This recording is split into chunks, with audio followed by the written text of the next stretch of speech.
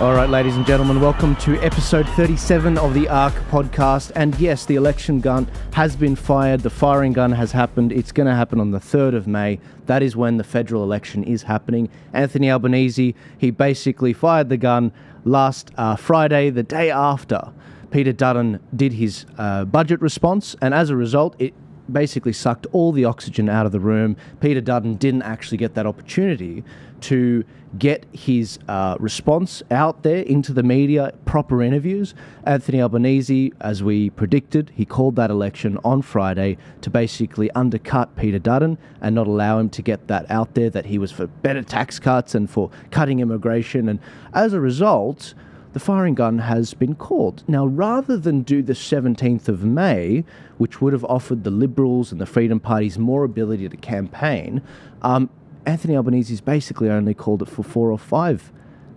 weeks. So that means there's only 19 business days. There's many public holidays with the Anzac Day weekend and Easter weekend going on as well. So we've got a very short time to understand exactly who's running in this election. But I've got your back. We were ready for this. The Turning Point projects will be available so you can volunteer for your favourite Freedom Party, understand who's running in your states and in your electorates. And also, we've already been smashing it with the amount of interviews and streams we've been doing with candidates. So many of them are already on there. But today, I have got the mother of Sarah Game. I have Jennifer Game here with me today. She is running for the Senate in South Australia. Welcome to the show. Thank you, Joel. Now, many of our audience may not realise this, but we have talked about you, Jennifer, quite a bit in the last election. In 2022, and I'm not joking here, I'm not inflating the numbers. Rami, you'll remember that these streams we did. In 2022, when the election wrapped up, we were all wondering, who is this lady, Jennifer Game, running in South Australia? She's coming within a hair of winning this South Australia Senate spot. So we were trying to send scrutineers, volunteers to basically get that vote across the line after the election wrapped up. So literally hundreds of thousands of people have actually already heard your name outside of South Australia. Well, I have the great pleasure of actually introducing them to you. And we also watched you the other night on the 6 News debate. It was unfortunate we couldn't get there was some technical difficulties. I hope that Leo does another debate. But I wanted the audience to better get to know who you are, what's your background, how did you raise such a lovely girl in Sarah Graham, who's obviously a very successful upper house member in South Australia. But it's just a pleasure to have you here and to have you come all the way from South Australia. So welcome. Thank you very much. So tell me, what is your background professionally and what really got you into politics? So I met Pauline Hanson by accident in late 2016. I think I went up to her and because she'd just been elected after being out of politics for a long time, and I was just interested to talk to her. And she's a really good listener, and she asked me what I did, and I told her, and she said, I could really use somebody who's got a tax background. Why don't you come and work for me, and we'll see how it goes. I'll let you know after 3 months if it's okay. And I went back and I told my husband, and he said, well, really, because I sort of left the tax office and I wanted to retire, really. And so I thought, oh, well, what could I lose? And so in February of 2017, went to the Parliament, just managed to find her room, and there we all were. We didn't know our way around the Parliament. We didn't know anything, and so it began. So I just saw my role as doing research and writing for her, which have done over a long period of time. And then in 2019, there wasn't anybody standing in the Senate, or they didn't have anybody anyway, to stand in the Senate in South Australia. And so I was just asked whether I lend my name, basically. And I did. And the party got 5% of the vote. And I said to her afterwards, do you want to have a state party there? Because if you do, I'm there and I'd be happy to try and do that. And she said, oh yeah, that's fine. So she said, well, let's do that next year.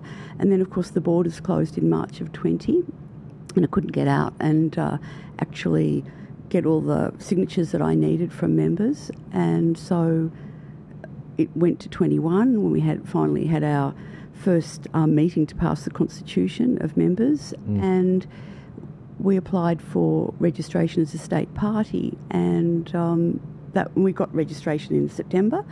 And then we realised there was an election, and a few of us just sat round my kitchen table and we said, well, you know what, we should give it a go. Like, we should just have the experience of doing this. And people were enthusiastic, and so, we found candidates and off we went. At that stage, didn't realise there was going to be a federal election on around the fixed date of the state election. And so Senator Hanson said, well, you can't run in both, so I want you to stand in the Senate.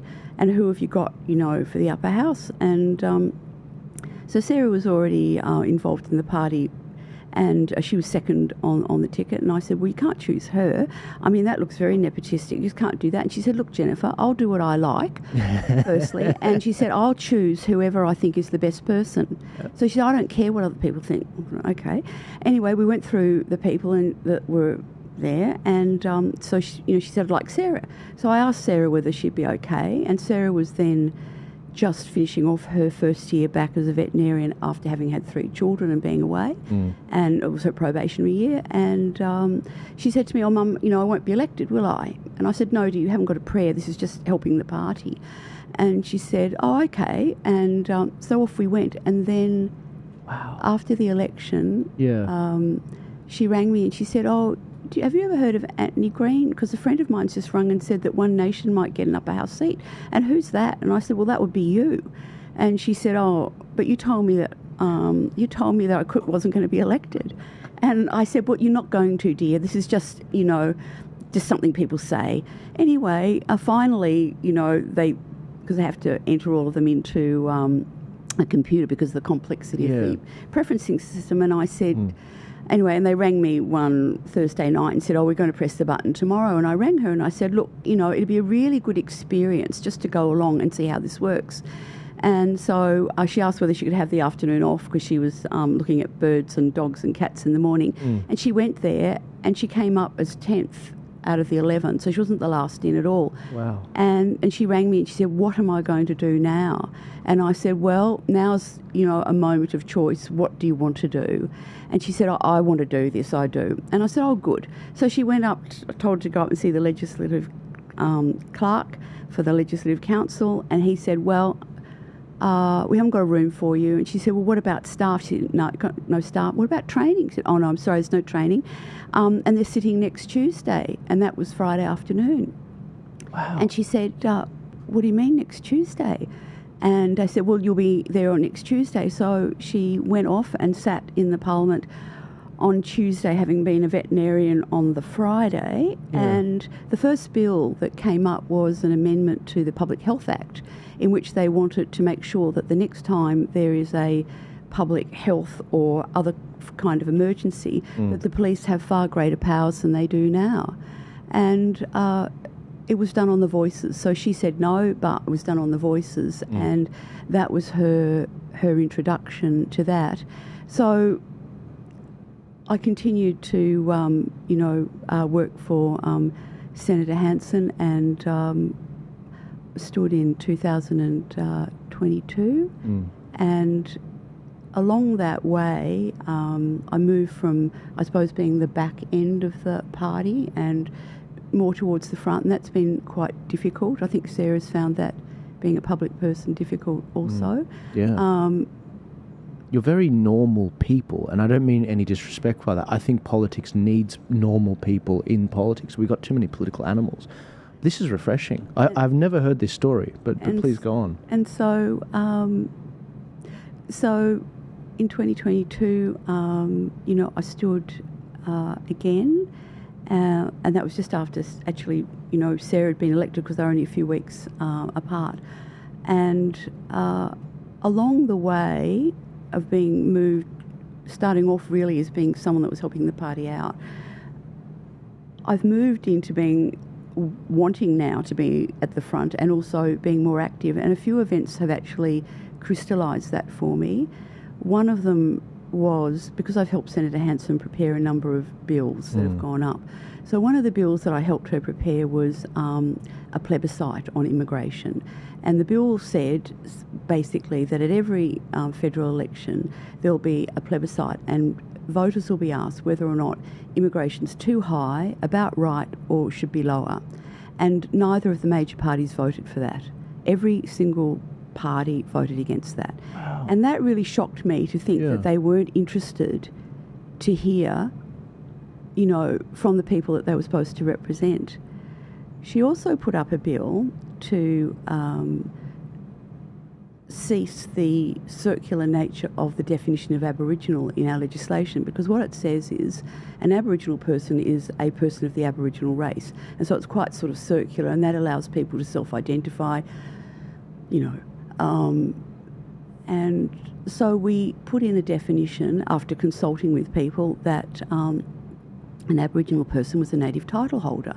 A native title holder is somebody who would have already satisfied the federal court that they could trace their ancestry back to pre-European times, that they knew their culture and their special places and their language, or, you know, they were and that they were accepted.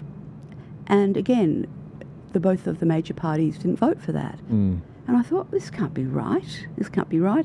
And then I think the final one that did it for me was we've been very hard, or trying to be very hard, about getting paid for oil and gas that we have. And so Senator Hanson, and again a bill that I helped do with her, we wanted to change the object clause of the Offshore Petroleum and Greenhouse Gas Act, so that when it's 1,100 pages of rules about what you can do and what you can't do, about, you know, the seabed, how the titles are done, you know, who can do what, when, and whatever. It's a whole 1,100 pages of rules, giving a couple of authorities enormous powers over these resources. Yes. And so we wanted to put in an object clause that when people made decisions in this Act, that they look to put the interests of the Australian community first.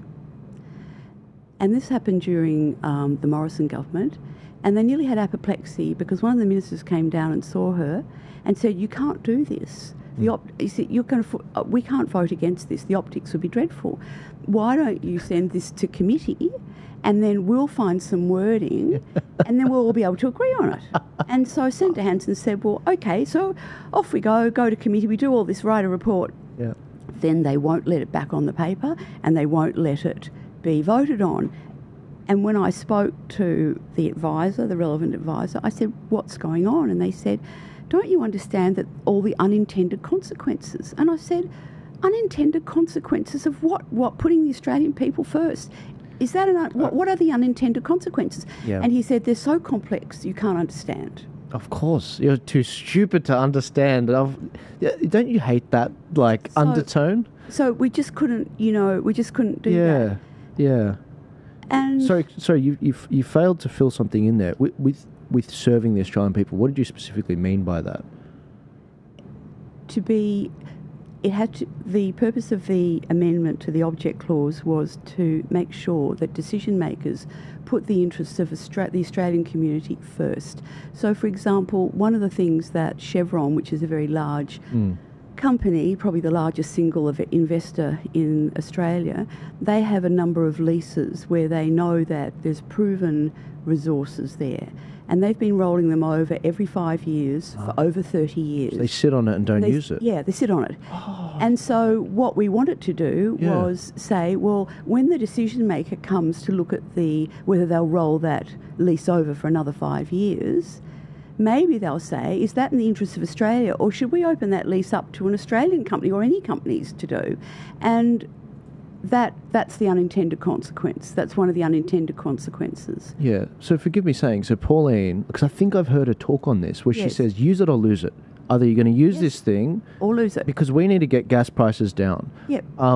Because I don't know if you follow the whole online sphere with what's going on with the Teals, but they've basically got a a guy running around called Punters Politics, and he's targeting the gas companies and saying they're not paying their proper royalties and they're selling our gas for very cheap. How does that play into this? So that's not actually what's happened. So what has happened is that these companies have been able to get around the foreign investment rules because they're integrated companies and they go from exploration to drilling to, processing and marketing and putting it on a ship and sending it. They do from one end to the other. So what they do is they go in at a very low level and get a lease. They find that's productive. Then they spend a whole lot of other money, but that money, that investment doesn't go before the Foreign Investment Review Board. And then off they go. Now, how did they get to a point where basically they pay almost nothing? And to do that, you have to go back to 1987 to when Labor introduced the Petroleum Resource Rent Tax, and it set out to encourage oil exploration. And oil is normally something that you can do quite quickly and you exhaust the reserves quite quickly. And they went on Barrow Island, and within 3 years they'd taken the oil out of Barrow Island in Western Australia. And it was a time when the government was worried that there wouldn't be enough investment coming into Australia. But then the same laws were covered by gas, and gas is a completely different arrangement.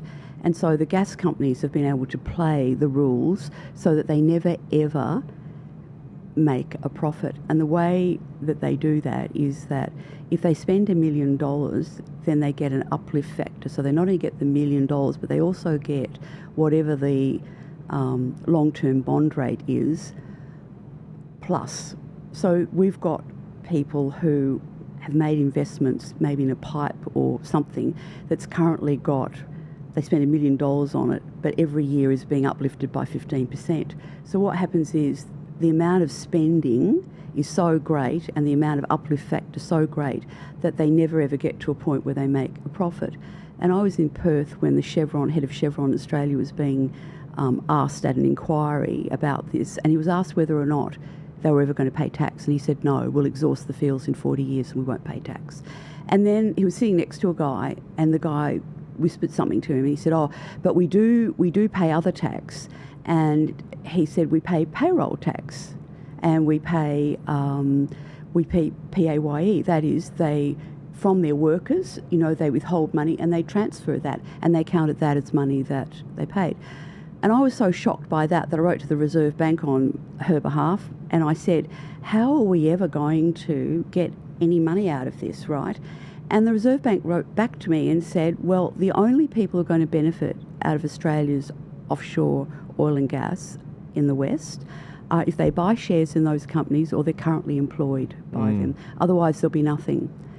And that set me on the train of, well, what's stopping the government from changing the rules and changing the laws? And what these big companies say is, we made our investment decisions in this climate, and if you are going to change the rules on us, we're going to use the provisions in these free trade agreements to sue your socks off, which is exactly what the cigarette companies did when it went to plain packaging. So as soon as they did plain packaging, these foreign companies said, you've taken from us our proprietary rights and our branding and whatever, and we're going to sue you. So they lost in the High Court, but they then used an international agreement to do that. And this is one of the examples where we've given up our sovereignty. That is, Australian courts don't even have the right to decide these things now. They go to a 3-man or woman tribunal, in this case it was in Singapore, to be decided whether or not the Australian government will be owing billions and billions of dollars to these cigarette companies, or if we change the rules about anything else. So how did that resolve? How much did the Australian? So the way, one, it's still ongoing. Sure. Oh, right. Oh, okay. And two, it failed at the first hurdle because it turned out that the particular company, which was Philip Morrison at the time, they created a company in order to trigger the international agreement. And when these three people found out, they said, well, that didn't exist before, and so you've contrived this, we're not going to listen to it. And so it got delayed. But we'd already spent $50 million on barristers' fees by then. So bit by bit, I've come to understand that I'm not being represented. And the Australian public are not being represented. And this isn't, you know, COVID alone. I mean, in COVID, the management of that, I don't think it dawned on people that what the government was saying to us was, if you give up your freedom, I'll keep you safe. That was the unwritten deal that was done. What Australians know now is that a lot of people weren't kept safe, because I know at the Australian submarine facility in South Australia that they had quite a large number of young tradespeople who work on submarines. They all had to be vaccinated. Right. And a very high proportion of them have got heart conditions now, disproportionate to what you could ever expect them to do. And so a number of people now realise that when they were told that you should be vaccinated for the good of everybody else because it will stop transmission, that was a lie. They didn't know that then, and it's not true now. And they didn't, I mean, the AstraZeneca vaccine's been, or treatment, whatever you like to call it, that's been withdrawn, and wonder why. And when successive people have tried to go to the courts to look at the documents on which people made decisions at the time, the government in South Australia changed the law, so you can't do that, you can't get that, and we're not getting accountability. So, and there we were, we had these elected politicians who handed over to bureaucrats who were ill-qualified, absolutely ill-qualified to take on these roles, and here we are, not able to move around. Yes. And now what we've got is we've got children, we've got high rates of school refusal, we've got ghost children that have left the system and they don't know where they are. And they did a study in the UK where I think they found there was something like, it was a government inquiry, but they found that 60,000 children have left the education system in the UK and they do not know where they are now. Wow. Now, I find it hard to believe that's not going to be the same case here in South Australia. You know, we had the ridiculous situation of nurses in the NHS in the UK being able to work unvaccinated, but our nursing staff still can't work unless they're vaccinated. And so what I've seen is this erosion of our rights and our freedoms, and just a lack of government consideration for people. And I've got to, you know, as you know, I came from Adelaide today, but just as I got out the top of the escalators when I got out of the train, there was a sign there from a firm saying, you know, all these people are not able to put food on the table and they're not able to do this, and would you please donate? And I think, how did that arise? And then, of course, now I know that because in South Australia we were the first jurisdiction in the world to legislate a climate emergency. We were the first jurisdiction in the world to set a renewable target. Initially it was 20%, it's now 100% by 2027. And we're worse than Canada. Was that under a Liberal government? That was, well, no, it was under a Labor government in South Australia.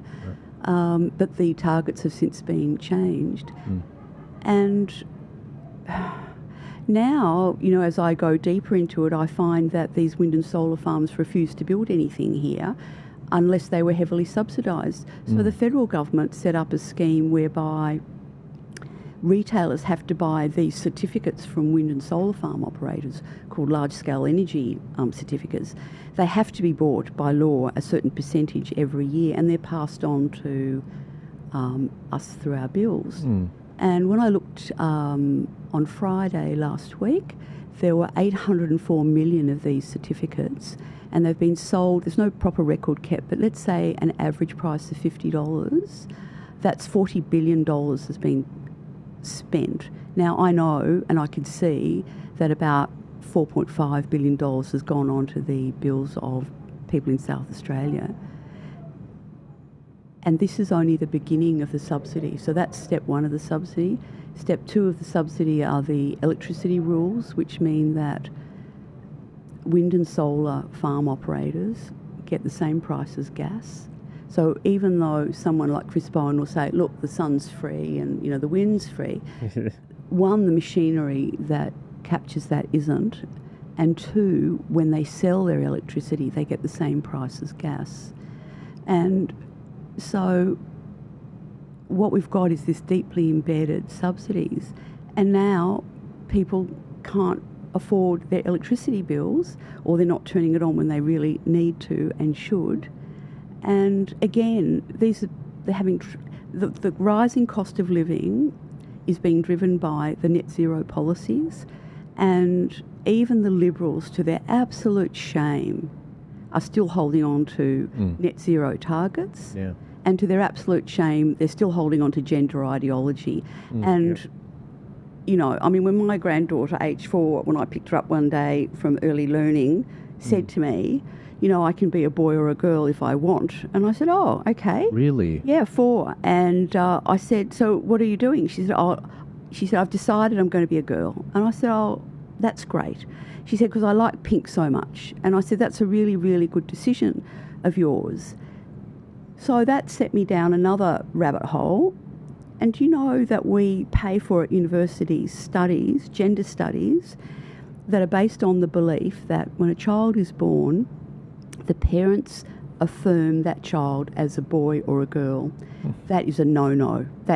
So if you've ever given, if you've ever given anybody pink for a girl or blue for a boy, or called them by, a male name or a female, you gender affirmed. And so the role of the schools is to undo all the damage that's been done by people like me who've bought a dress for my grandchildren or daughters. Yes, it's pretty shocking actually that I would do something like that. Yes.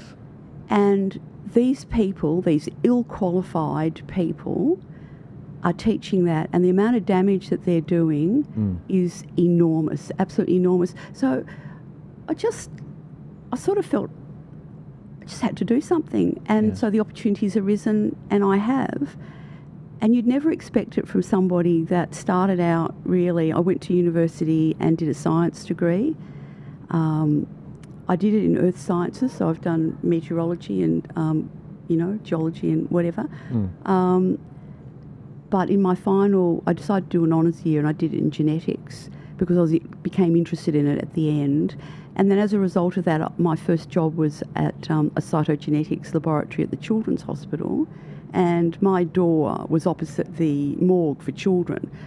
That set my child hoping, ideas back a full decade, because it was shocking. It was shocking. I really didn't last there for more than about 3 months when I realised I needed to do something else. And I didn't fancy going up and down quarries and mapping things either. And so I applied for a job at the State Library doing research, and I really enjoyed that job for a long time. And then I saw a job advertised at the Australian War Memorial for someone to be their first registrar, and nobody really knew what they wanted, but I talked my way into being offered that job, and ultimately started a process whereby the objects that they had and the records they had were kind of matched up, and where they weren't, we went looking for them and whatever. And so that gave me a much better idea of my own history, which I really barely knew. But when you see the objects, when you go and have a look at the submarine that came into Sydney Harbour and caught by the net, and you go and have a look at it, and all the parts have come from the UK, and you can see them all, made in Sheffield and whatever. It was interesting because the people who were the curators there were interesting people. And then I got a job at the National Maritime Museum as well. And then they wanted to move, and I thought, well, maybe I could find a job somewhere else. I went to the tax office to help them automate their records, because when I arrived there was only one telephone on every floor, and people were doing data you had to go and ask someone like you, could I please ring Mrs. Smith? You didn't have a phone, you certainly didn't have a computer anyway, and I was involved in doing that. And when that came to an end, I wanted to stay on, and I spoke to the Deputy Commissioner in that office, and he said, well, you'll have to have tax qualifications, so why don't you do that? And we will pay you to do that, but you'll have to do it at night. And so I spent, I don't know, a long blur of years at night doing tax. Yeah. And in my first year, I got a university prize for tax law. And I thought, really, this is my subject. I've never done so well anywhere. And I just found it interesting, the way that the law is. And so I went. And that's ultimately, then I blotted my copybook at the tax office because something was wrong there, and I wrote to the Commissioner, and that led to something called the voucher inquiry. It also led to me being sent to Coventry at the tax office. And the voucher inquiry. Voucher inquiry, and yes, and a few other people came forward as well, but my staff got taken away from me. I lost my computer access. I had no work.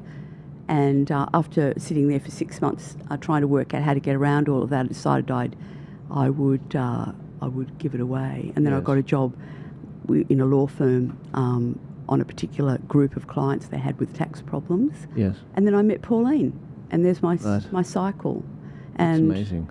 Obviously along the way I met Sarah's father, and she is a very remarkably hard worker and very capable, and she's a real people person. So everything she's done, she's worked for, every single inch. Yes. Yes. Absolutely. You've blown my socks off in about 20 minutes. Your level of depth, and you went from studying at university, the minerals in the ground, to the science in with biology, to the tax office, to raising a lovely daughter, having grandchildren, That's so awesome.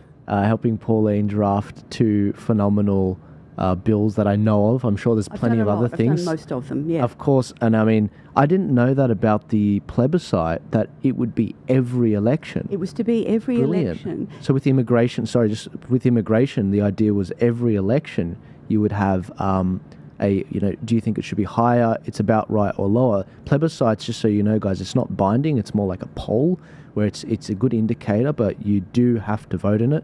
And by doing it at the election, it's quite efficient cost-wise because you're already going to vote anyway. Sorry, what were the more details about the plebiscite?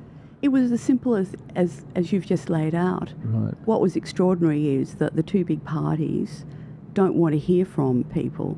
I mean, the last thing the 2 big parties want is for you to do anything other than to vote for them.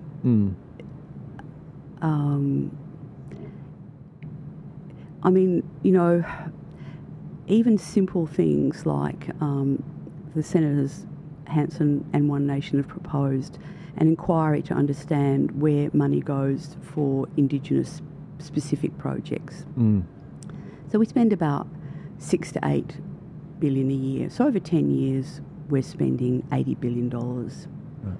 So I went and had a look at the contracts because they're publicly available if you can, wander your way through them.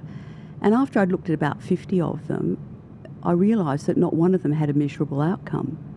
And I said that to her. It says something like, for example, this grant is to help the people of the Tiwi Islands, have a better way of life or something like that. You go, oh, that's a good idea.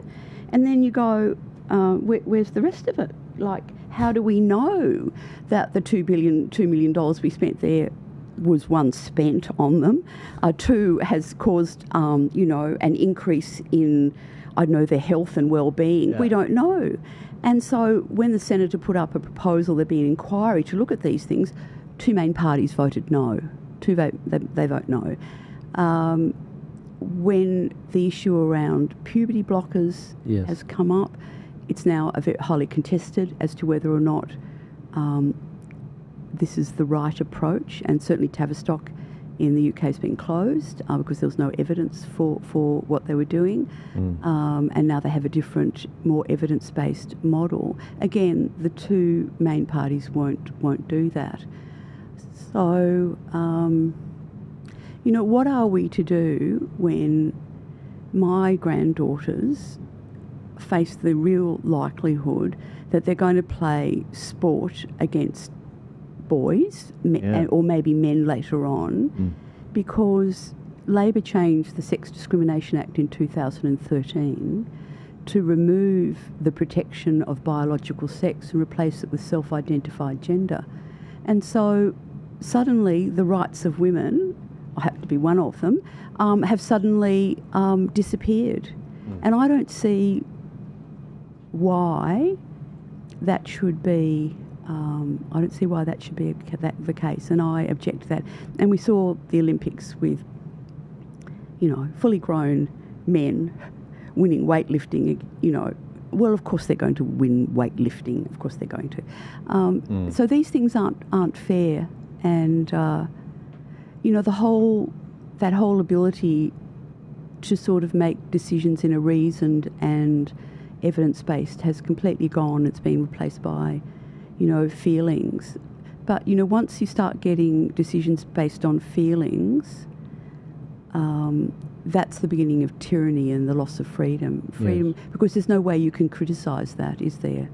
And so I've got a lovely grandson, the most gorgeous boy, and I'm sure, every grandmother's got one of these or more. And I don't want him, I want him to have a fair and reasonable life. I don't want him with the burden that, he's got white skin because his mother's a variation of white, as I am. Why? Yeah. I thought we were onto character and conduct as a way of judging people. That's right.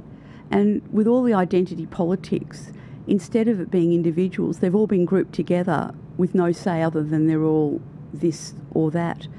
It can't be. It can't be the way. So in terms of, well, those are the problems, well, what's the solutions really? And it's forced me to think about what kind of society I want to live in, and hopefully my grandchildren will live in, and my daughter. And then it came to me that political parties really are selling their vision of the society that they want. And when I look at the policies and the values of all of the parties, One Nation is closest to my own vision of what I would like society to be. So one with, maximum freedom, but with a responsibility, because you want to have a lot of freedom, you're going to have to be responsible as well. I want to be equality before the law. I don't want to have what's happened here already in New South Wales, where you've got a bench book that is given out to magistrates and to judges, which says, people from the Islamic faith, they feel very strongly about certain things, and we ought to take that into account. Well, frankly, no, we shouldn't be taking that into account. No. The law is the law. If you breach it, you breach it. That's right. And it doesn't matter what your faith is. Yeah. That's what you do. So this idea that you can do that is, is really worrying, really. Yeah, my bishop says, you come to Australia, this is a Christian nation with Christian laws. You follow the Christian laws or you get out. That's what he says. And he's an Iraqi immigrant, so, Because, I realise that there's quite a spectrum of people who would call themselves, who would follow Islam or would identify in a census and say, that's my faith. Yeah. But if you are somebody who is at the fundamentalist end of that, the Wahhabists, then why come to a democratic country? Because you believe that everything that's written in the Quran is the word of God and can't be changed.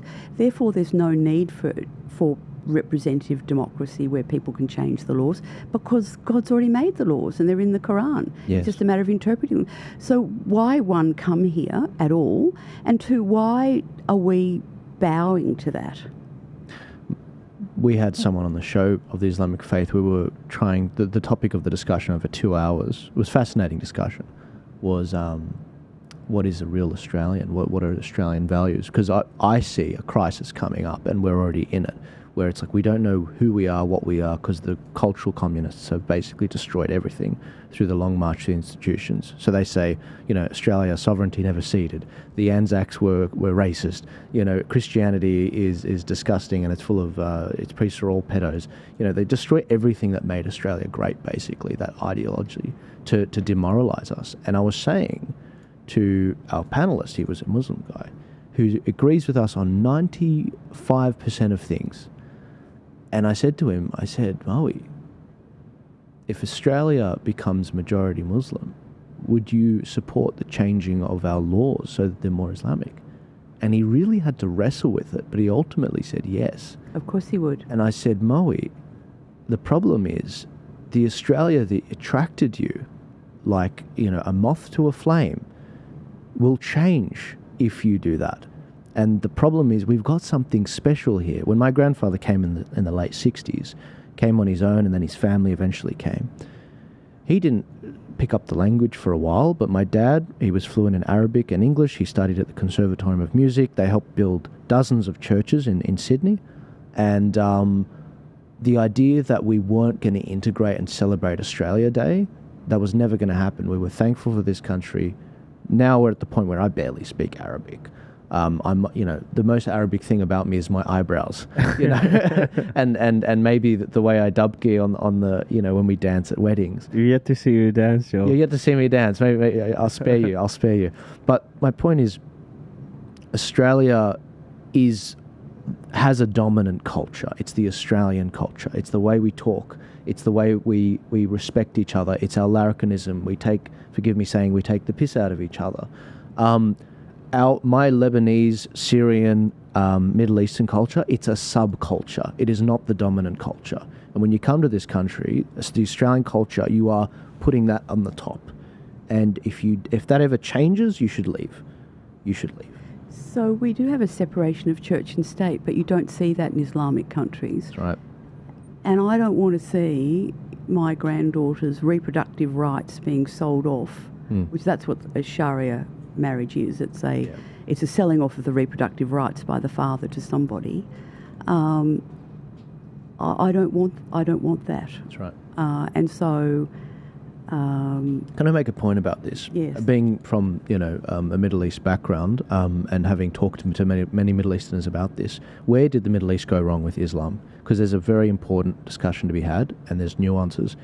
Yes, there are Wahhabist, specifically Sunni nations that have Sharia, meaning that's the Arabic word for law, Sharia law, Islamic law. However, there were many secular nations that have found the right balance that are Muslim. Yes. So, for example, and I'm probably going to, you don't have to agree with this, but under, for example, Bashar al-Assad, not a perfect guy, had a lot of people that were corrupt in his and obviously had a lot of accusations about chemical warfare, which is, somewhat a contested thing. But he ran a secular nation where he parked Islam and he said, look, I'm an Alawi Muslim. It's basically like the Mormon of the Islamic world. I'm a minority. But Christians, no matter what denomination you are of Muslim, you can live here in Syria, but this is a secular nation. That was how he approached it.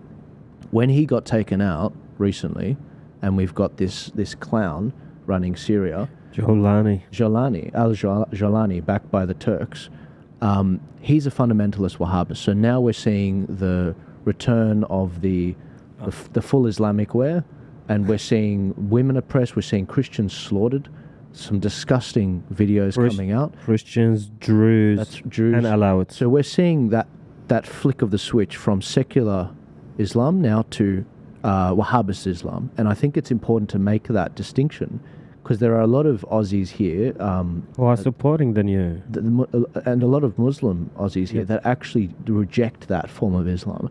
They say, no, we're Aussie. We don't want that. Yeah. Except that when the numbers change, they're going to go with... Yeah, the flow. The madness of crowds takes over. Yeah, it's going to go with the flow. And we've got to be sober about that. And I think we do have to be. So, one of the other bills that I've worked on with Senator Hanson was one to improve the citizenship laws, because we've got the weakest lowest bar to become a citizen of any developed nation in the world. Yes. It's far harder to become a citizen in the United States than it is here. And again, no party supported that. You know, we need to look at whether or not people are likely to integrate here into our society. And yes, because we have parallel societies, and you can go, we both know where they are, but there are parallel societies here. And where the rates of welfare are extremely high. In fact, you can't get that data anymore. yeah. So I actually looked at the Canberra at one stage when statistics were available, and I think at the time there were 17 or so thousand people within whichever grouping I looked at, and there were more than 17,000 people on welfare of some kind. Some people were on multiples. Shocking, isn't it? How little data we have. And the census shows that something like less than 30% of women who identify as following Islam are working. That is the lowest proportion.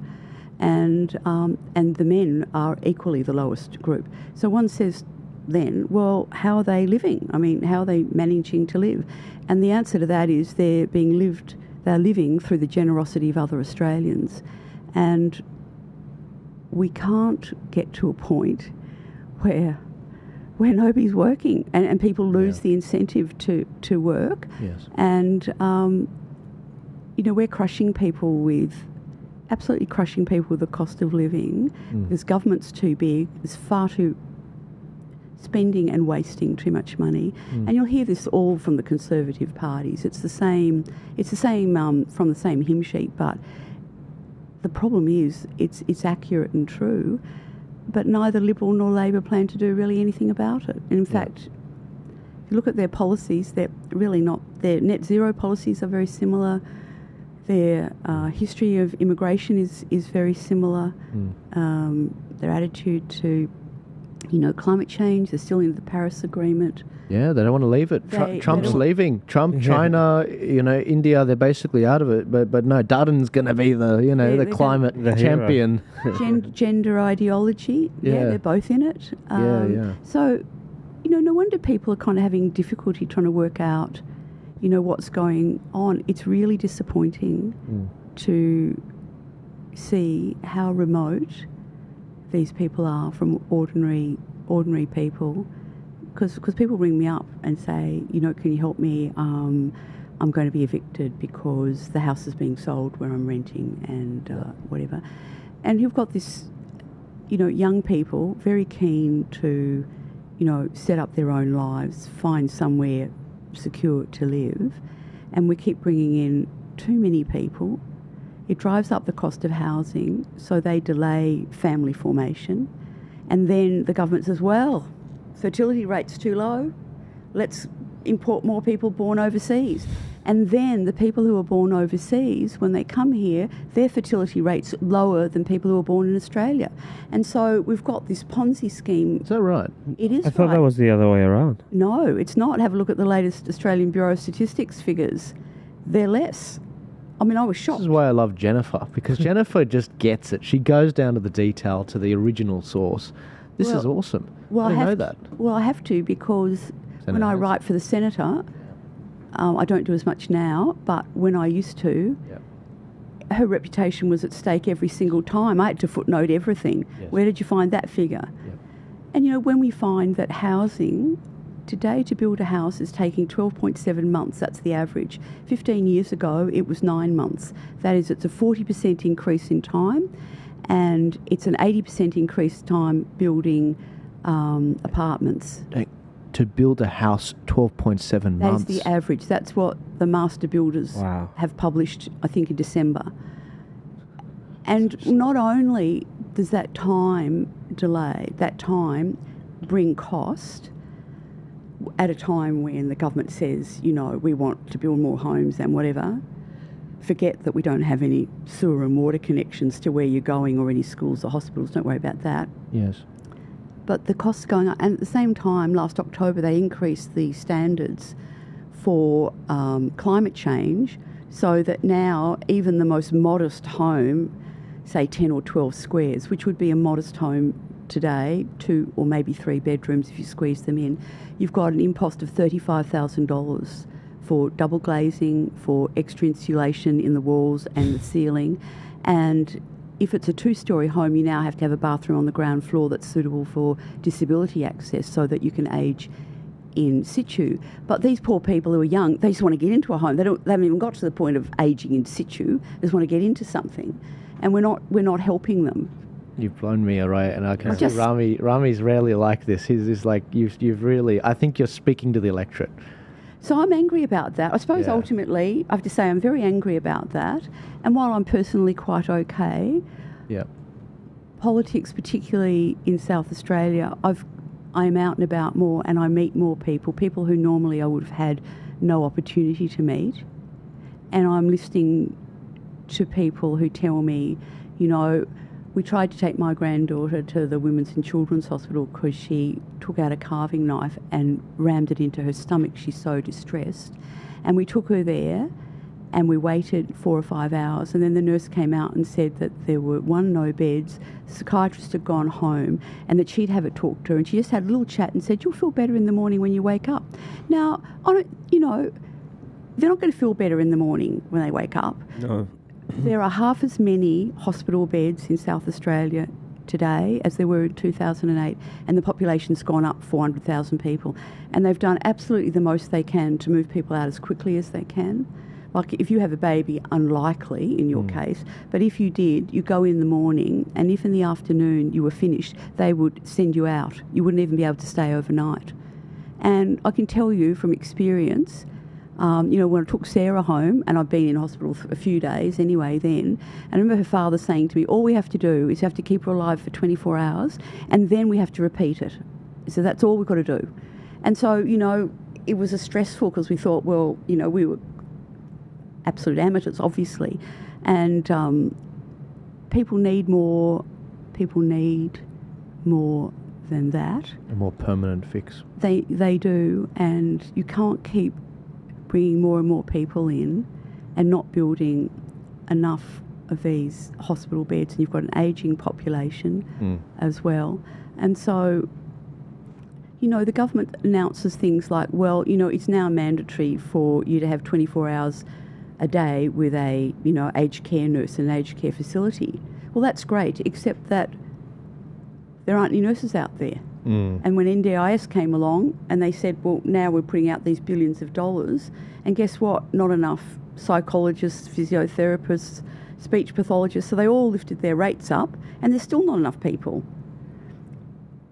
They can't do it. The quality of public servants has never been lower. I have to say that. I had a lot of meetings and briefings with the Senator. I've never seen such a poor standard of people being grossly overpaid. I feel like I could take this in a million. I've got a page worth of questions. Sorry. No, this is brilliant. It's like a fire. Yeah. You know what it's like, right? It reminds me of, people often say, Joel, I would have loved to meet your dad because I think you're, if I may say so myself, they're like, I think you're a really impressive guy and whatever, and you've done all these things. And I'm like, mate, you should have met my father. Yeah. And with Sarah, I'm impressed by Sarah, and then I meet you, and I'm like, well, that makes a lot of sense. Makes perfect. I love that you footnoted everything for the Senator, and you hold her reputation in such high regard and with a lot of respect. There's a million ways we could go with this. Specifically, let's keep going on this public servants. So competency is in short supply. That you rely on the public servants to actually execute. They are the deep state. They are the bureaucrats that get the job done. So I'll give you one example. We were having a meeting with people from Treasury about the Foreign Investment Act, and Senator Hanson said that she wanted to see recorded when foreign entities bought water, and that they shouldn't be allowed to buy water, that water should be for use for Australians. And the guy from Treasury openly laughed at her.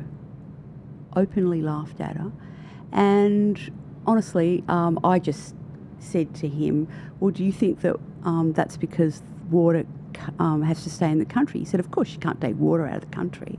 I said, well, any idea how much water it takes to create a litre of milk? and then have it sent straight out of the country back to China. All of the products that we export have enormous amounts of water in them, and we've got Chinese companies that own wineries, that own all kinds of primary produce. They grow it here, they don't sell it here, it just goes back. So yes, our water does leave the country.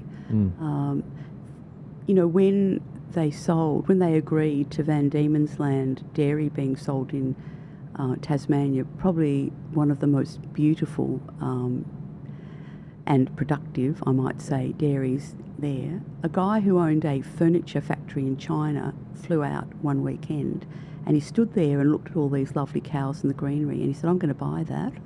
And he put in an application, and an Australian company, a listed Australian company, also wanted to buy, but he was prepared to pay slightly more, and he did. And so they sold it to this guy, who then managed to send once a week in a Qantas big jet, however much milk flew that they could do. So it just went straight out of China and out of Australia.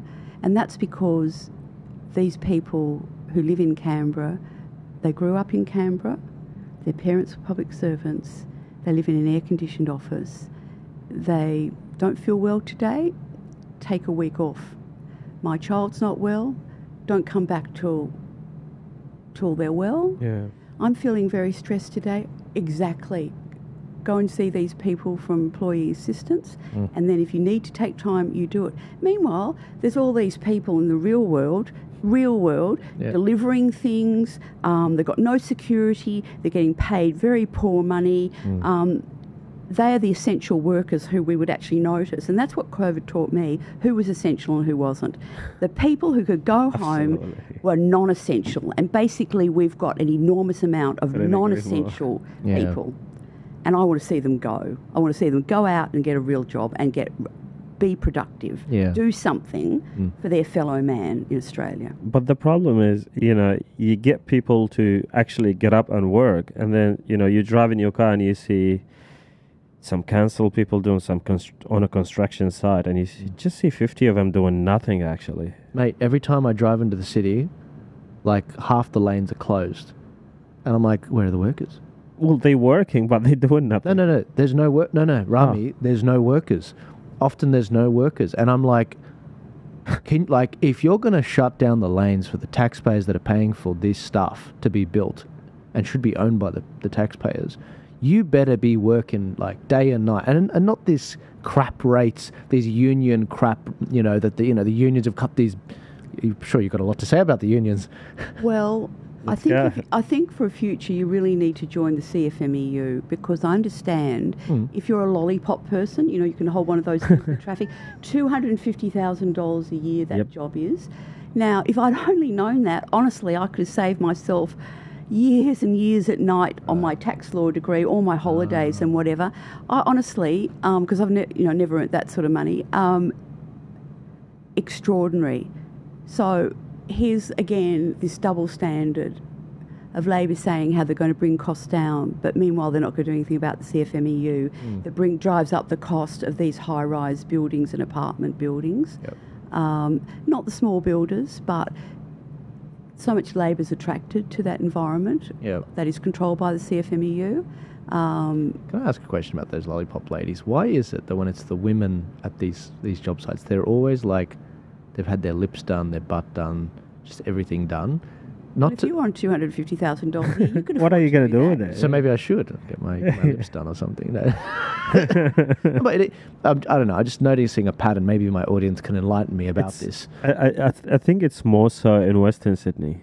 Right. Yeah. It just so happens if you want to get an easy 200 plus. And a lot of the girls are OnlyFans. I mean, the amount of, and this isn't me just throwing shade, the mainstream media are the ones that are saying, oh, by day, this girl that's done, everything that she can do. She's a lollipop lady making 200 plus K a year, but then at night she's also making the same amount by OnlyFans. And I'm like, what has happened to society? I wanted to say that, but I didn't want to get cancelled. Yeah, but you know what? Yeah. The mainstream media are the ones that are saying it, so they can't cancel me for that.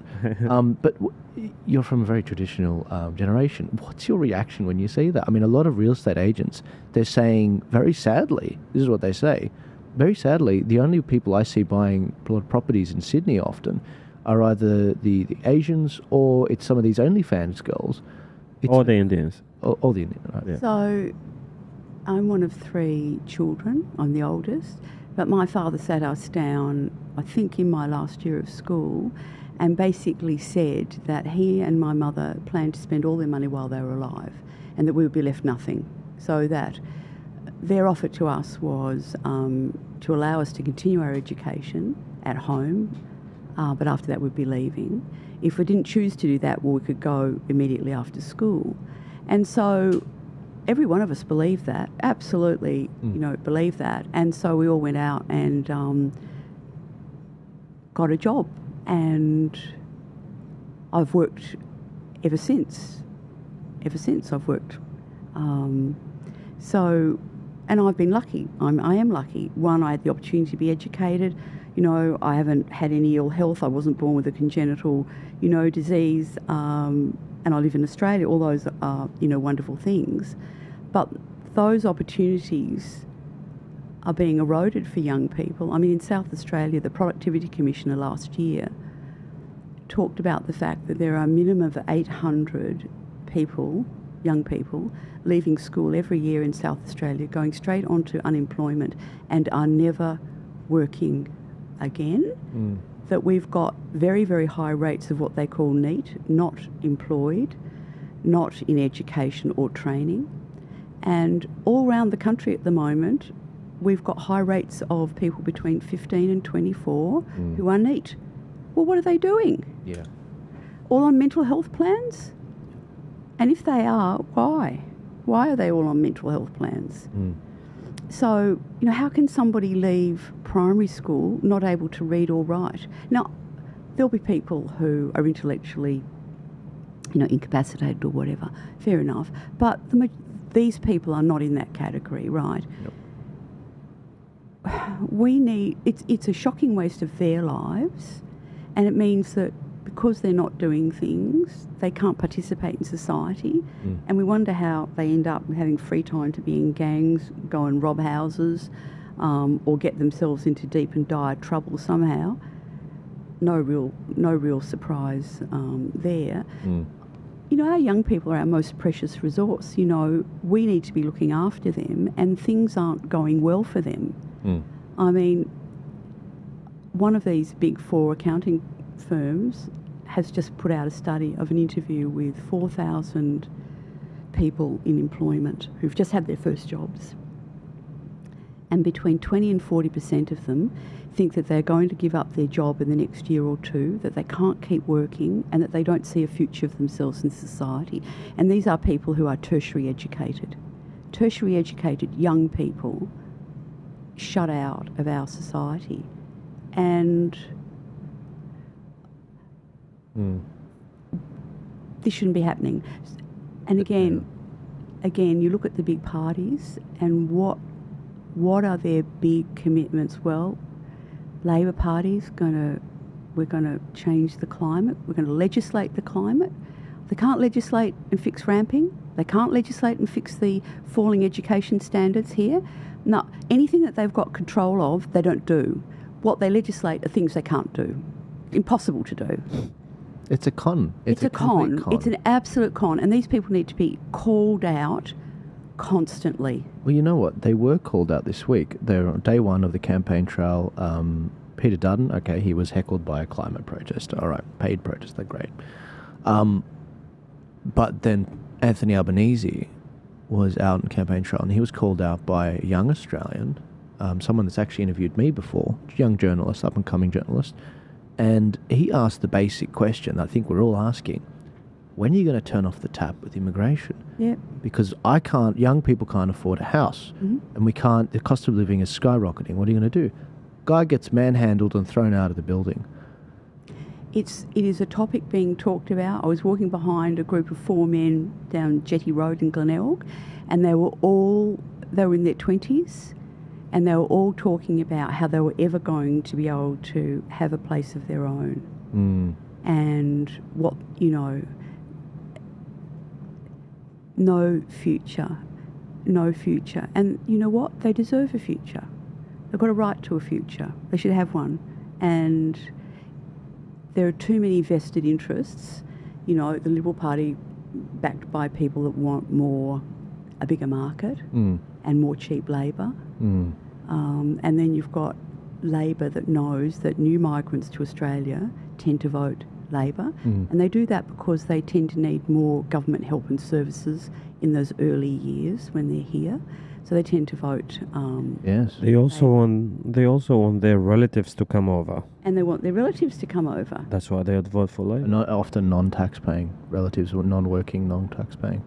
Let's get some handouts. So Ridiculous. And you saw Tony Burke, you know, in a couple of electorates, get 12,000. I think it was reported as 12. It might be less. 1,000 became citizens just in time to get on the roll. Was that in his electorate, or was that like a spree across the nation? It was only in the western. I think it was across the western suburbs. He was making. I think this election there are 700,000 new voters, but recently in the last few weeks there were 12,000 over 4 citizen ceremonies that he did. Yes. Some in Melbourne, some in Sydney. But yeah, many of which are in his electorate. The guy's freaking out because he's got this guy called Ziad, Dr. Ziad, running for the Muslim Votes Matters sort of group. Wow, that's and awesome. and he's polling really well. Like he could kick Burke out. Wow. So Burke is sort of being pulled to the left in that area. I've been following this very closely. So he's just like, quick, let 3,000 Gazans in. So that's what he's. Anyway, in my opinion, that's what I think is going on. So isn't it? Ridiculous. It's a big. The optics of that are very poor, Yeah. whichever way you look. Yeah. So, what's wrong with putting Australians who are already here first? What's wrong about making sure that the people that we've got here that we can house properly and we can educate and we can look after their health? What's wrong with that? Apparently, that's not a vote winner.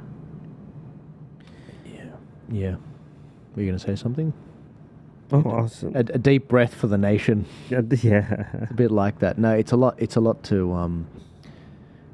There's a great line in 1984, and where it's basically, there's a moment where the main character is basically like, he felt like the reason why people don't get up and do anything is they feel like an ant, and they don't quite comprehend the size of the boot, or even realize it's there. But even if they did, they don't even measure themselves large enough to make an impact. But the reality is that when we get a very clear way to make a difference in this country, like, for example, the referendum vote, binary vote, not 20 different parties, just a binary vote, we kick their butts. 60 to 70% of people not voting for the voice. And the problem with elections is the way the preference system works, the way the parties gang up, the way the parties get split, the way that we've got 9 freedom parties fighting over 15% of the vote. All these things cut against us, and One Nation is the leading party in every state, getting the most votes. And they've got a great track record with regards to their voting record, for the most part. And when they've had the balance of power, they've done great things with it. And so, yeah, I'm really... we need to get this lovely lady elected. Well, McMahon, which is a heavily, migrant area. Yeah. Even with One Nation running somebody with no picture, with no marketing, with no nothing, they constantly get 5% every single time, even with ghost candidates. Yeah, 5 to 10. And I feel like, the people in my area really, there's 2 things. One, they haven't been politically educated. That's number one. So they don't understand, the basics about, economy. They don't understand the basics about so on and so on. And number 2 is, unfortunately, the freedom parties or the minor parties, they're not reaching out to, these people. These people are open-minded. They would sit down and listen. So you leave an empty void for mainstream media and Labor and Liberals to fill, really. Dutton came to my area last night. Oh, he did he? Yeah, he started dancing. Really? Yeah. I'm going to see that. Assyrian. It was the Assyrian New Year. Assyrian New Year, Yeah. right. And I think most people over there, once they saw, Darren, all they thought about, it's, it's the Liberal leader. Oh, he's a good man because he came. They understand nothing whatsoever about the difference between him or policy-wise. Yeah. So yeah. Yeah. I was gonna say, going back to the Doge aspect, you've engaged with a lot of these bureaucrats. I've been one of them. Oh, you've been one of them? Well, I worked in the tax office. Oh, of course, yeah, the tax office. In America, we're seeing the Department of Government Efficiency, led by Elon Musk. He's been doing a phenomenal job. Even for Australia, he's been cutting a lot of the aid to Australia, like the $600 million to the universities, to fund silly experiments, which I'm forgetting, but there were some really silly ones.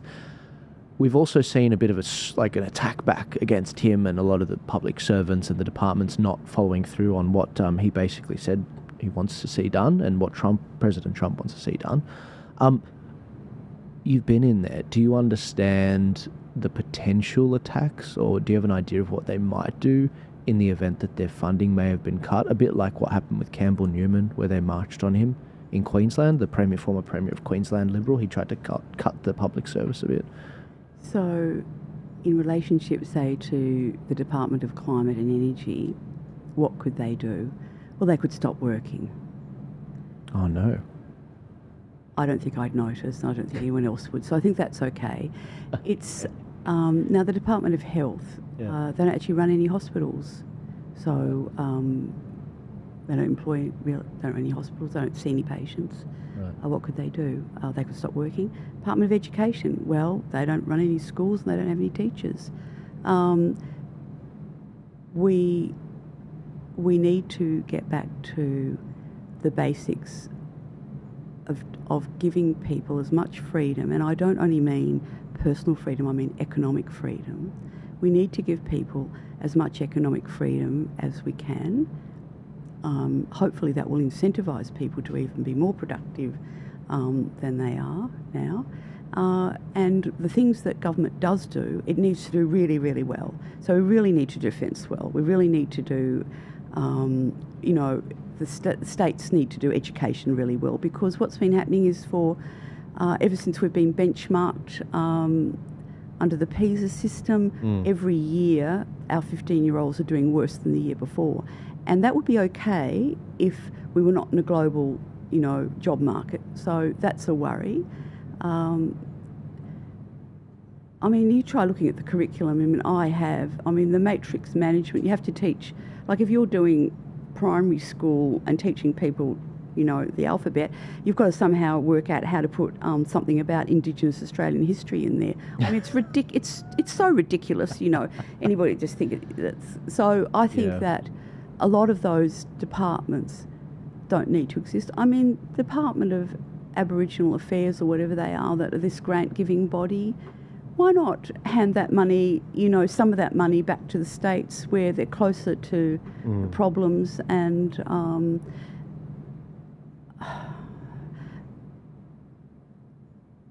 clearly you'd have to have a way of going about it, but the plan that One Nation's got is to take $90 billion a year of costs out of the federal government spending, put $40 billion of that back in people's hands, and use, I think, the rest to pay down some debt, because people don't understand that debt and inflation are related. Yeah. We had a chat with Warwick Stacey, and Rami, you missed this because I had someone else switching. But the idea that you've already earmarked something like $93 billion to cut on day one and be like, all right, these are the things we're going after. I thought that was brilliant. And that's a far bigger tax cut than the cup of coffee every week that Anthony Albanese announced in the budget last week. So, we don't have joint filing of tax returns here in Australia. They do in the United States. And, if we want to encourage people to have children here in Australia, then why do we want to keep subsidising childcare when there are parents, male and female, that want to stay at home with their kids? Why not funnel the money into that, and split the income of the person who's got it? Look, if you've got a really low income, maybe that isn't going to work. But if you've got an income, maybe the 100,000 or something of that order or a bit more, you're going to be vastly better off. And the quality of care for your children, the stress on your family is going to be a lot better. So why aren't we doing that? Yep. Yeah. If One Nation marketed this a lot more in Western Sydney, trust me, you would have got at least double the amount of votes you got last time. Mate, we need the thing with One Nation is they're a great party, great policies, but the mainstream media, suffocates them. I mean, look what they did to Dutton. They announced the election the day after his budget. I mean, this is like who we're dealing with. Imagine what they're going to do to Pauline and One Nation, what they want to suppress, and I'm sure she's trying to get billboards and whatever up, and certain companies are knocking her down. I see them do that to other candidates. You'd hardly know in South Australia that One Nation existed. There's been a news poll, the news polls that I've looked at by state since Sarah was elected, we have been polling ahead of the Greens, never had a single line in any media outlet or newspaper. Currently the last one, we're both on 11. I think 11's too high, but nevertheless we're on the same, but there's no indication at all that One Nation really exists. And so it's very disappointing. And the reason for that is that these outlets, maybe not so much the Australian and the Australian Financial Review, but certainly local papers, they don't have enough journalists to investigate anymore. So they rely on someone from the government ringing up and going, Joel, would you like a really good story about a puddle we're going to build? And you go, yeah, I would. And then they say, and if you say this puddle's filled with asbestos, as with the last story you're going to get, and you'll go, never going to hit the print. So then you put out this great story, and then your editor says, you're really wonderful, and then the guy comes back to you a few weeks later and says, would you like another story? And same conditions. And so, that's the way you're going to keep your job. And that's how... Mockingbird. It's terrible. What's it called? Project Mockingbird in America? Operation Mockingbird, where the CIA would give the mainstream media that sort of relationship, some of which are actually worked with the CIA. And it's like, that's how they control the population. It's very... search it up, guys.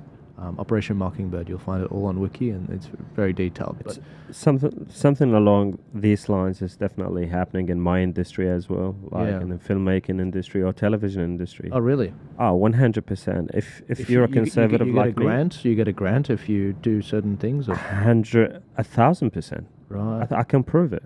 Right. It's 1,000%. And if you just somebody who's like, I graduated being one of the most talented people in Australian film and television radio school with a master degree in filmmaking, and they flew me to France, they flew me to everywhere. I took Australia to Cannes Film Festival. Australia haven't made it in 8 years there. As soon as they realized I have a little bit of conservative values, like as soon as I said no to scripts that had gender queers and as leading roles, and I was not only kicked out of the industry, but any other person in the industry who was associated with me. Wow. It's like, they all try to keep a distance. Nuclear. It's exactly what happens in Hollywood. It's like they're like, yeah, this studio will fund your movie. However, in the first 5 minutes, you have to have a gay wedding. Yep. And the couple has to kiss.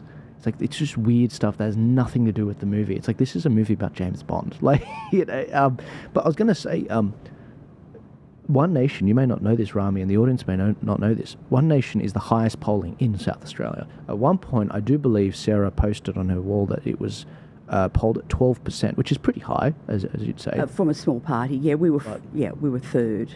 The idea that you guys could get that amount... You need, just so you know, Rami, 14% in any state to get a senator up. If Pauline got 12% in Queensland in the last federal, it would have been a lot easier for her to get up. Instead, she got 8% in the election. So, is that right?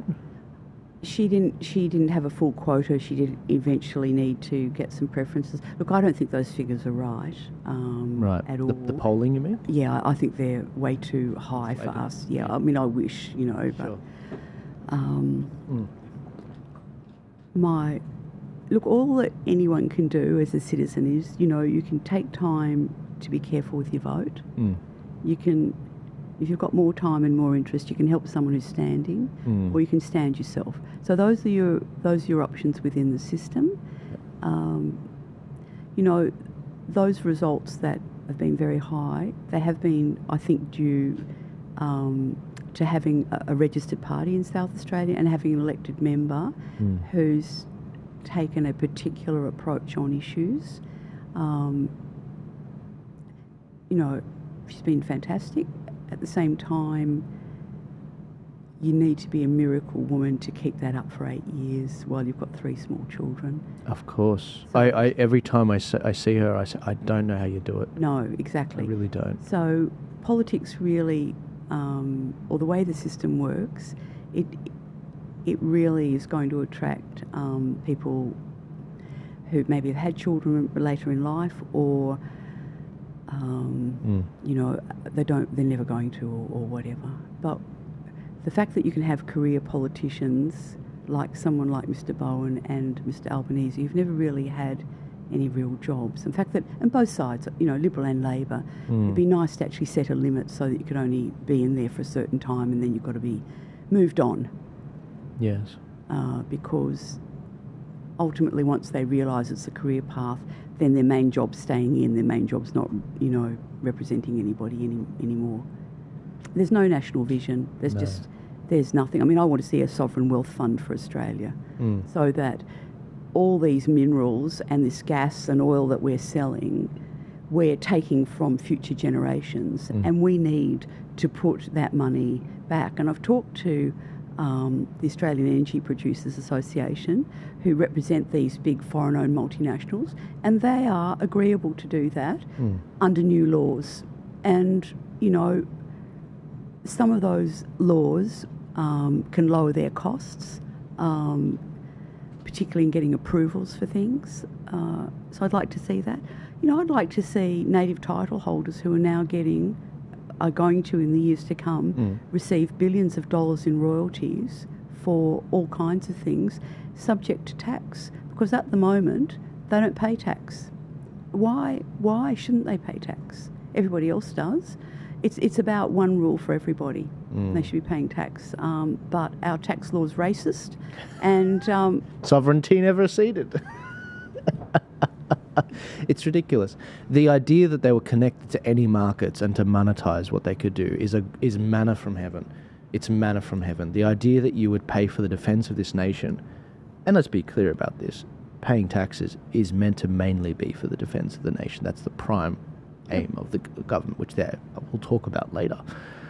But absolutely, I totally agree. I totally agree. And on the gas, I'm glad you brought it back up, because I did want to circle back to that. I mentioned a social media account. You haven't heard of Punters Politics before? Well, I have now. Well, let me tell you a bit more about it. Rami, if we could bring this up. So I'm actually a fan of this guy's content. Punters Politics, he does a phenomenal job, and he's polled his audience. And, you know, normal looking guy. He's from Newcastle. He used to be a teacher from Melbourne. And he's someone that basically got involved in politics basically because he was not happy with the way that the big gas corporations aren't paying tax, they're not paying royalties. And I do believe he said in many videos, I think we need something like what they've got in some Scandinavian countries with a sovereign sort of wealth fund from the minerals. And then I look at the people that he interviews. He interviews people like Simon Holmes a Court. No one gets an interview one-on-one with Simon Holmes a Court unless you're really close. Well, Simon's used to banter with me on my Twitter, but then when I raised this issue of how much money solar and wind farm operators were getting from these large-scale certificates, he said something unpleasant and then he blocked me. So he's got an analogy to facts. Good on you. So he won't be speaking to me anytime soon. Yep. So this is curious, because while this man has gotten tens, if not hundreds of millions of views on his videos about the whole gas situation, one nation policy actually is what he wants. It is. And I mean, again, we've put up, Senator Hanson, I helped her, put up a domestic gas reserve bill to put a domestic gas reserve, hydrocarbon reserve actually, but, you know, oil and gas, and there's a lot of products in between like bitumen, and there are other there are other sort of combinations that we sell, but we tend to just talk about oil and gas, are all around Australia. Yep. And why would we do that? Because 97% of the known reserves are off the west coast, which is why I find Peter Dutton's idea about controlling exports off the east coast really interesting, because what he's done is the Magician's Act, which says, look at my hand here, meanwhile leaving the main problem not to be looked at. And the main problem is most of our easy to get to and cheap gas is off the coast of Western Australia. And he doesn't want to do anything about that. Right. Nothing. You know, they're so incompetent. I can only say this from first-hand knowledge. They're so incompetent, the Liberals and the Nationals, that when the Prelude, which is a floating platform, was towed into the sea off the west coast and anchored to the bottom, in order for them to avoid the 15% gas reserve to Perth, to Western Australia, we had the chance then to say, because it had never been previously discussed, we had the chance then to say to them, that's going to cost you money. Yeah. We Australian want to pay for that. And when the Senator spoke to the Minister about it, and I was there, he said, did we think of that? Whoever his advisor was? Yeah. They've missed every single opportunity, and it might be because the resources portfolio always goes to a national, and the National Party has corporate membership. So if you're Santos or you're whatever, you can pay $50,000 or it might be $70,000 a year now to be a member and get special access to the minister. Mm. How corrupt is that? How conflicted is that? Right. You can be an ordinary member. Yes. You don't get special access. But if you're a corporate member, Yep. and it is an agreement between Liberals and the Nationals that they always take the resource portfolio, Yeah. you get special access. And guess Right. what? Nothing happens. And you're conflicted. We can't say anything about that. Because they donate to the party. Well, they pay $50,000 a year just to be, for the right. And then, of course, they do other things as well. Yeah. And then quietly in the background they go, and if you were to change your position, we would run a very strong campaign against you in your electorate. Yes. And they go, well, that won't be necessary because I'm not going to do anything. Mm. And you see, One Nation doesn't have that problem because we don't have allegiance to anyone. We don't have any masters. We just don't have. We don't have any unions. We don't have any big business. We don't have any large corporates that pay that. We just don't have any of that. So we're freer to say what we see. Yes. One of the other things that's been mentioned is the lobbyist passes that a lot of these organisations have. They get a lobbyist pass to the Parliament. They can essentially roam the halls, talk to any politician, pop in. Yes, they do. Ask about bills or lobby. Absolutely. Now, do you feel like that there should be any tightening around that, or more transparency around that? I think the tightening should be that there ought to be some set period. I think there might be already between when you leave politics and when you become a lobbyist. Lobbying can have its advantages. I mean, last year the government was going to change the way that multinationals were taxed in Australia through something called thin capitalisation, but it's about very heavily indebted entities here. And it was going to wipe out the forestry industry, plantation forestry industry. And they sent their people around to everybody. No one was interested. Senator Hanson was interested, and she put up an amendment which the Liberals ultimately voted for, and so did the small parties. All the crossbench voted for it. In fact, Jackie Lambie said, can I put my name on that amendment because it's a very good idea and I wish I'd thought of it. Anyway, that got through, and the consequence was that instead of debts and loans extinguishing at year 15, which would have meant that for a plantation forestry investment where the trees are sold at 25 and 30 years, they would have been taxed on the full amount of their sales. and not allowed to recognise any of their costs because the costs would have finished at 15 years. And so we've got foreign pension funds that will invest in plantation forestry because they want to have an income for their members, dripping in year after year. And they don't mind waiting 25 to 30 years, whereas most Australians don't want to wait that long because they'll be dead by then. So, that came about because they had lobbyists, and we listened. But so they can play a useful role. But to be clear, because my audience, they very much deal in, they don't like the media, they don't like the politicians, they definitely don't like the revolving door between either the military or even the healthcare, or when a politician is given a portfolio and then they end up in that industry. For example, let's be specific, Scott Morrison sets up AUKUS, then when he leaves politics ends up on an AUKUS board, of a company that's in that sort of agreement. I mean, this is what people have a sort of a gag reflex to, and they don't really... Why shouldn't they? And the same when the Port of Darwin was sold and the person who helped did it turns out working for the company that, buys the Darwin port. Right. In one of the truly dumb, dumb things that have been done, only one. If people knew the level of waste in government and the sheer lack of interest in making sure there's value for the dollar that we get, they really would. Well, I think they may be all marching in the street. I mean, Senator Hanson, as far as I know, has never bought a cup of coffee in the Parliament. She brings in her own instant coffee.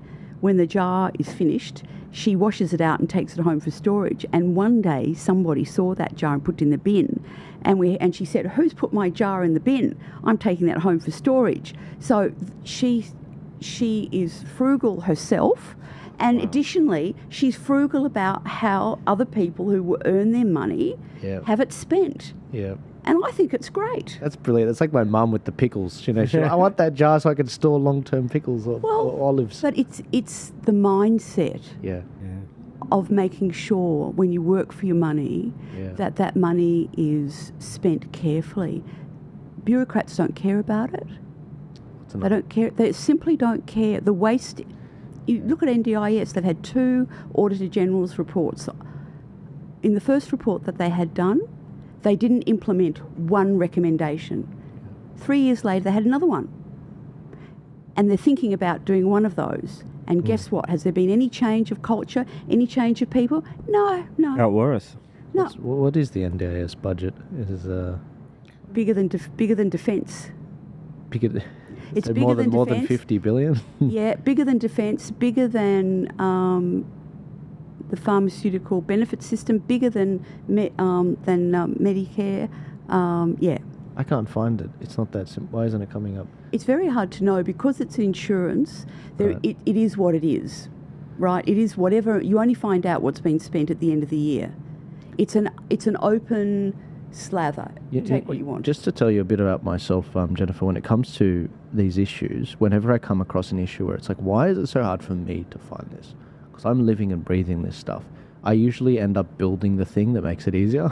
So I'm like, here you go, guys. So for example, this election, as you know, a lot of parties are like, I want to volunteer, but I don't know who's running in my area. And so what they do, I'll just bring this up, Rami, I might as well smash this out now. You go to tpaust.com.au, Turning Point Australia, click volunteer for good freedom parties running in my area. And then what you do is you go and click the state that you're in. Let's do South Australia. Yes, please. Desperate for volunteers. So we go to South Australia. I don't know what a good elect. Let's say Boothby. That's a good no voting area. Yep. And then because we've got One Nation in here today, let's say, One Nation. How do you want to volunteer? Maybe I'll do a bit of social media in my downtime, hand out at pre-poll and hand out on election day, and maybe I'll be a scrutineer as well after I've completed Joel's training. Then you click next, then you put your details in. You will notice that I don't keep your data. There is no box to click the data. I'm not interested in that. I just want to get people out there. Thanks, Rami. So that's one of the things where people are like, I don't know who's running my area, but I want to help someone with my values. The other one is this is launching later next week. You put in your address, and it tells you your member of parliament in the lower house, and it tells you their voting record. Oh, how lovely. On key bills that we've picked out, and it also shows you any controversies outside of the parliament. One new feature we're going to add eventually to that is what their expenditure is. So Adam Band, he's pushing for net zero and all this stuff. How much is he flying on private jets? What's the amount of money on the taxpayer that he's flying? Doesn't count. You see, I think what you're missing here, Yeah, Joel, tell me. I'll tell you. In the ACT, they say that they are 100% renewables. 100%. Now, the only electricity they get comes from New South Wales, and it all comes from a coal-fired power station. So how are they... Don't laugh, because the story's not over yet. So they say they're 100%. So I decided, How could that be? I'd like to know. And this is how it works. What the ACT government does is it subsidises wind and solar farms in other parts of the country, and then it counts their entire output as being green, equivalent to their total electricity use in the ACT. So they just lie. But it's all, you go and have a look at the ACT, it tells you it's 100% renewable, even though they've got no wind, no solar, no nothing. I mean, I suppose people have got rooftop solar there probably, but I've lived in the ACT briefly and there's not a lot of sun there. I mean, it snowed one Christmas. I mean, Can we do something? And sorry to cut you off. Yes. Which coal power station is it that's powering the ACT? Right. Well, it'll be. I'll find out for you.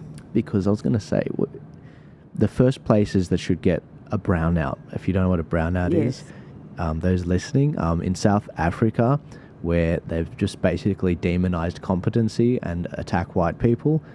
Basically, they have an app on their phone which tells them when their next scheduled brownout, blackout basically, is going to happen in their area. So they call it load shedding. So in Australia, that's about to start.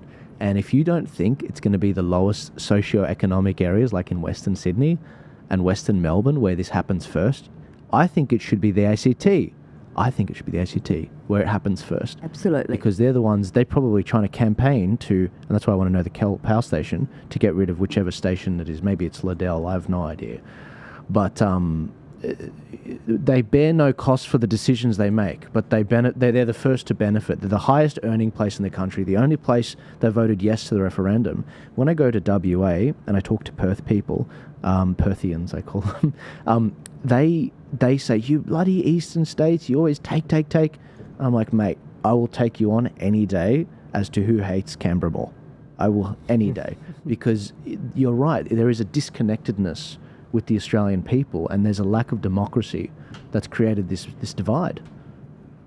But there's also this ability to repeat things that are untrue over and over again. Everywhere on their website, ACT 100% renewables. Sorry?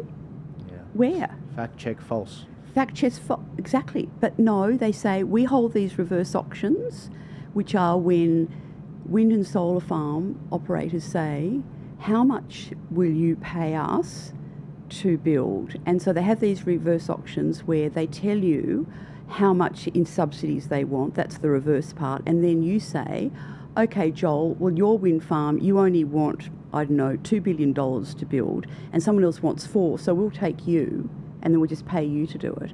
So, no, but there's no, the truth, the verifiable, observable truth is being lost, and in its place is this good feeling of, we're really helping the planet here, we're doing all the right things, and your government's doing the right things, and so we all feel good about it, while there's this massive transfer of wealth from some people out of the country and to some people who are very wealthy. I mean, these wind and solar farms, they're almost exclusively don't pay tax in this country. I'm just at a loss. I don't like being ripped off. I don't like double standards. And I've had the opportunity with Senator Hanson to work for her for 9 years. I've seen these people close up, like between you and me. I've seen them at Aussies at the coffee shop there where people are supposedly sworn enemies, like, Lydia Thorpe, her flirting away with people from the Liberal Party who are flirting right back to her. Of course. It's not what you think it is. It's not what you think. This is theatre. What we're seeing is a theatre in there that does a disservice to the hard-working people of Australia. And we've been a lucky country, but, you know, the largest hedge fund in the world classifies us as we're only strong in one area, and that's our geology and our geological resources. We're behind in absolutely everything else, and we're squandering that. And not only for our generation, but for the next generation. And it's not right. Wow. It's not right. If we're making it now, we should be keeping it for the people who are to come, who won't have it, so that they benefit, like the Norwegians do. I mean, since 1997, which isn't that long ago, they've been able to build up the largest sovereign wealth fund in the world, and they've only got 5 million people. You don't have to be a huge population to be prosperous. If you did, you'd find Norway's got, you know, an immigration rate of 2% a year, which they don't. So why us? During the pandemic, unlike most states, you guys also had a Liberal government, as we did in Sydney. And that's an important distinction to make, because there are a lot of people on, for example, Sky News and some of the big think tanks, they didn't attack the Liberal states. They just attacked and demonised the Labor states. Well, they've got amnesia on that program, haven't they? Very selective indeed. It's almost like they get marching orders. Well, I don't want to say that, but it just... You probably shouldn't say that, because that might be defamatory, although it's not against a person, is it? But as a matter of fact, they were harder on Dan Andrews than they were on Gladys Berejiklian. So, you know, people in our... What happened then was unjustified and wrong, and, you know, our party's position was that you should have the choice.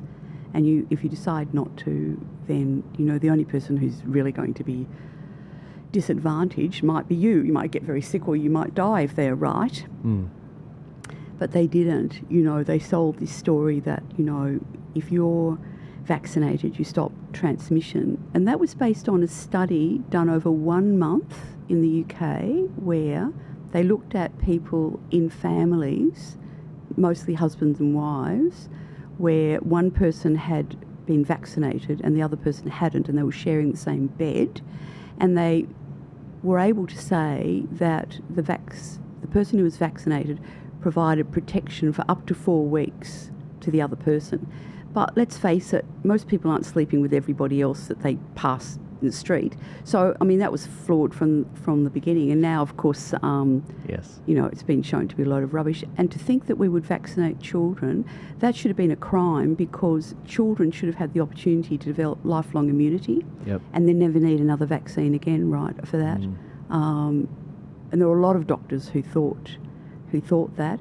But kids got, you know, isolated at school. You know, they divided kids into, you know, those who've got vaccination, you sit over here. Those who aren't vaccinated, you sit over there. Segregation. I mean, it was really, really terrible.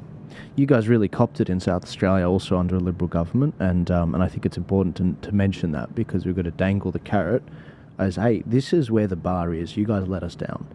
And this is why a lot of people are voting for One Nation, for example. You had a bizarre situation where you guys were trialling an app to quarantine people. I was looking at this Orwellian app. If we could just bring this up, Rami. South Australia's COVID-19 home quarantine trial has been described as Orwellian, but is Big Brother watching. So this is the 10th of September 2021. And basically, the way the app worked, correct me if I'm wrong, is if you had left your geolocation, or if you got a random call, and your geolocation didn't match up with your home address, they would send a police car to your house within 20, 30 minutes. So I think that's right. I can remember coming back from the Parliament and into the Adelaide airport, and it took hours for you to, you know, go and be given, you had to go and get a COVID test. Anyway, there were some weeks when I had to wait 7 days, I think, or you had to wait a certain amount of time before it came. And I can remember that there were weeks where we had 2 or 3 weeks in a row, and I was going back to get my COVID test done, and they were saying, well, you haven't got the first one back yet. But I had to, like, you know, you'd be there on a Friday or something, come home on the weekend, you'd be back on the Monday, so you'd have to, and then you'd be back on whatever. And they had these rolling COVID tests going. And it was just so obviously silly. And I recognised one of our members who was actually a policeman who was there, and I went up to him and said, "What are you doing here?" And he said, "Jennifer, this is killing us doing this because we're not doing any other work. We're not doing any follow-up on crime. We're not doing any of our surveillance for terrorism. We're not doing anything. We're just standing here. And they've got us here on 12-hour shifts. And because of that, by the time we get home and then we turn around and we come back, because not all of us are near the airport, right? This is just killing. And what a waste of time it was. Ridiculous. And we had people who were ill-qualified. And now, because people, it appears, especially people who are in politics, can't work out the difference between cause and effect and correlation, we had people who immediately decided that there was a cause and effect between things. Now it looks like the highest death rates from COVID were in places where people had very high levels of microplastics in their lungs, and that was due to living in places like Mumbai or whatever, where, you know, high levels of pollution. So anywhere in the world where there were overcrowding, high levels of pollution, and poor general health, they did badly. Whereas the people who had better housing, better ventilation, and better environmental air quality control, you know, so they were forever, you know, counting people. You went in with a broken leg and you had COVID at the same time, that was a COVID admission. Died in a car accident. Yep. Tested for COVID later. Died of COVID. Yep. I mean, the amount of manipulation on the figures was for someone like me, who sort of tried to have a scientific approach, or was taught how to have a scientific approach. At university, right? At university. Yeah. Who, you know, and I've done a lot of legal work in my tax law, where you have to kind of have a proper chronology and a proper lot of evidence and a properly argued thing, and to see this rubbish coming out and then people's lives being affected by that. I mean, all of this has just built up this sort of feeling that we can't let this happen again, surely. And where'd the adults go? Where's the competency? Well, not only are the quality of the public servants low, quality of people who are being put up for election are very low as well. And so, you know, the ABC interviewed me last time after the federal election in 22 and said, "Oh, well, you know, if you don't get a seat, you know, do you feel that it was all a waste of time?" And I said that I didn't feel it was a waste of time because I'd had this opportunity to talk to so many people, that we'd put out our policies and positions and tried to explain that, and that people had had a choice, and I thought that was worth doing. It isn't only about being elected. You know, it's about bringing change and being a good citizen and a contributor to what you're doing. And I mean, people are going to say now, well, look, you've been for these, you know, this is your third election, isn't it time for you to sort of give it away and give up? But, you know, Nigel Farage, who's just been elected to the British Parliament, it's his eighth attempt, you know, and no one's going to ask him that. So, you know. They do still ask him. Do they? You know what they said during the election, because we live streamed that election in July last year. They said, and by the way, I've toured Nigel in Sydney, Brisbane, Melbourne. I had the great benefit. I'll always remember this blessing to spend a lot of time with him and to see how brilliant the guy was. You'd give him 3 points and he'd be like, all right, and then he'd go do like a 40-minute speech off those points. He's just amazing orator. But even during the election, he was asked, you know, how many seats are you going to get? How many seats? And he's like, I'm not going to get into that. He's too smart for that. I'm not going to set a bar for me to fail, essentially. Was, you know, we are going to do as well as we can. And, you know, he believed he could get at least 4 million votes, and he did. And he showed how the first past the post system is flawed. He got more votes than the Liberal Democrat left-wing party over there. He got more votes, but they got nearly 100 MPs. He got 4 or 5. So for every MP he got up, he has about 800,000 voters or something behind that. Yes. But this election, there reaches you'll notice he's stopped talking about first past the post. Yes. Because it's going to start to favour him now. Right. There's a tipping point with that. I had the great benefit when I was in Washington a couple of months ago. I had a lovely dinner with former Prime Minister Liz Truss, where we had a good chat for a couple of hours, and she was saying, notice how Nigel stopped talking about first past the post, and I was like, oh, I was quite interested about that. But you're right. You're absolutely at your prime. You are sharp as a tack, and when it comes to the way to get the right policies implemented in South Australia, you are right there with it. And I really can't wait to see you.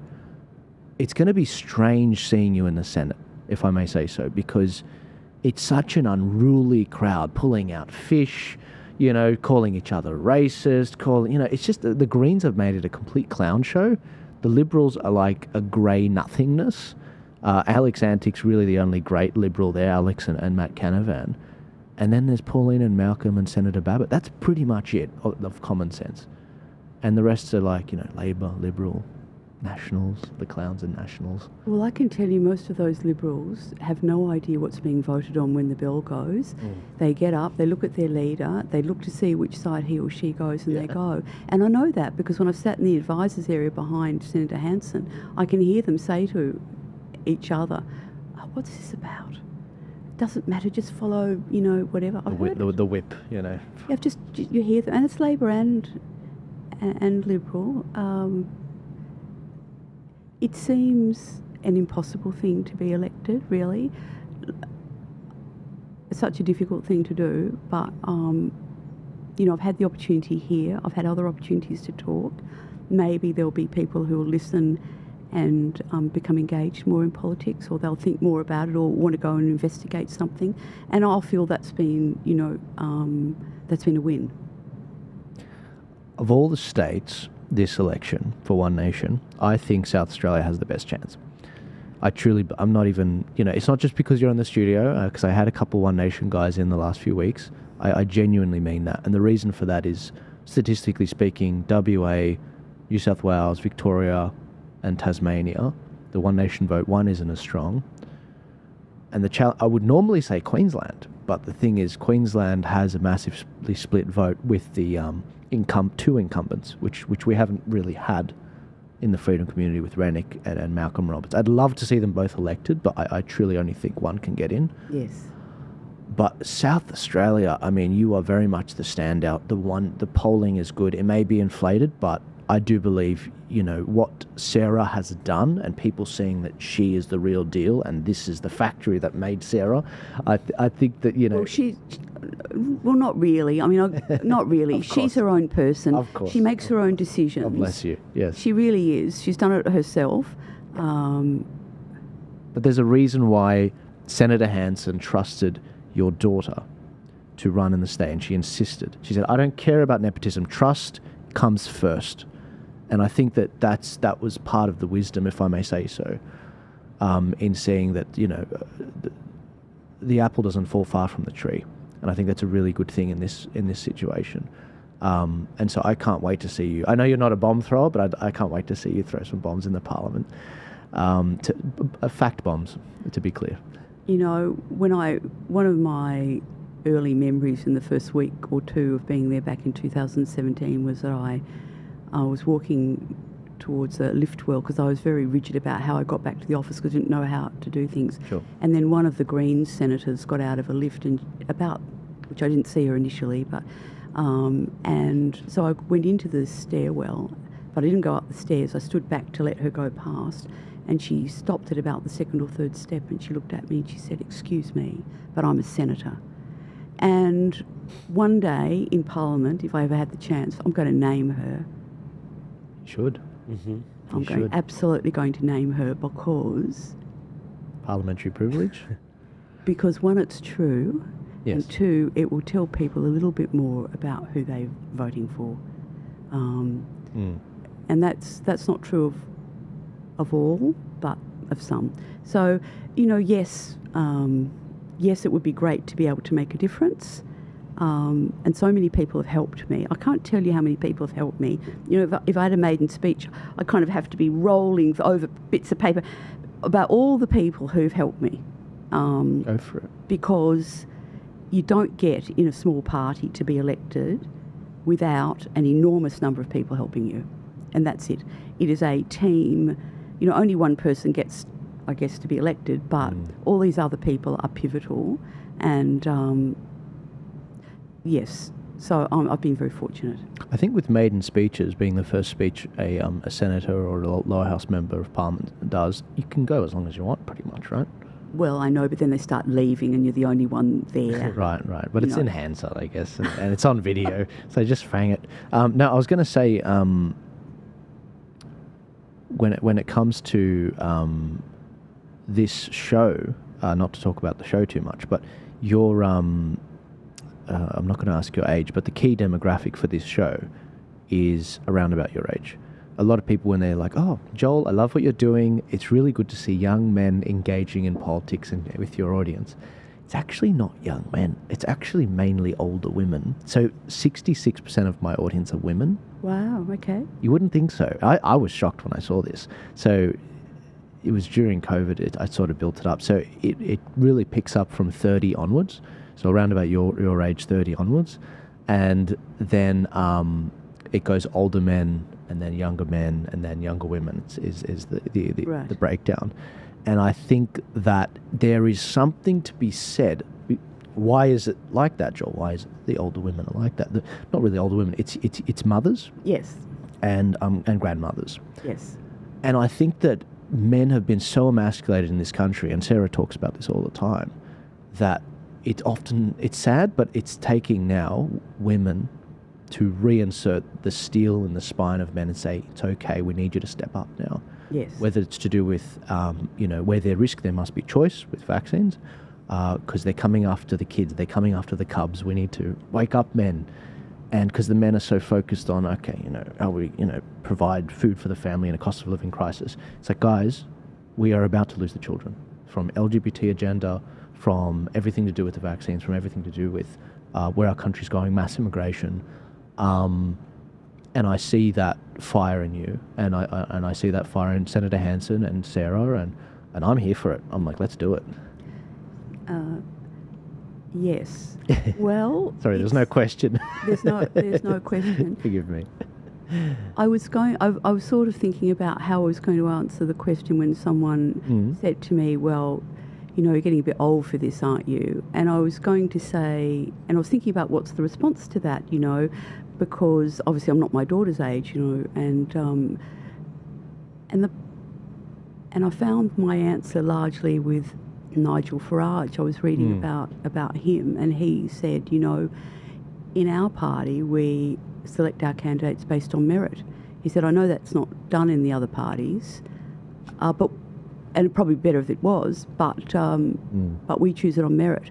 And so I went through the same process that everybody did. I got interviewed. There were many other people who applied. There wasn't anything automatic about this. So I'm here on merit in our party.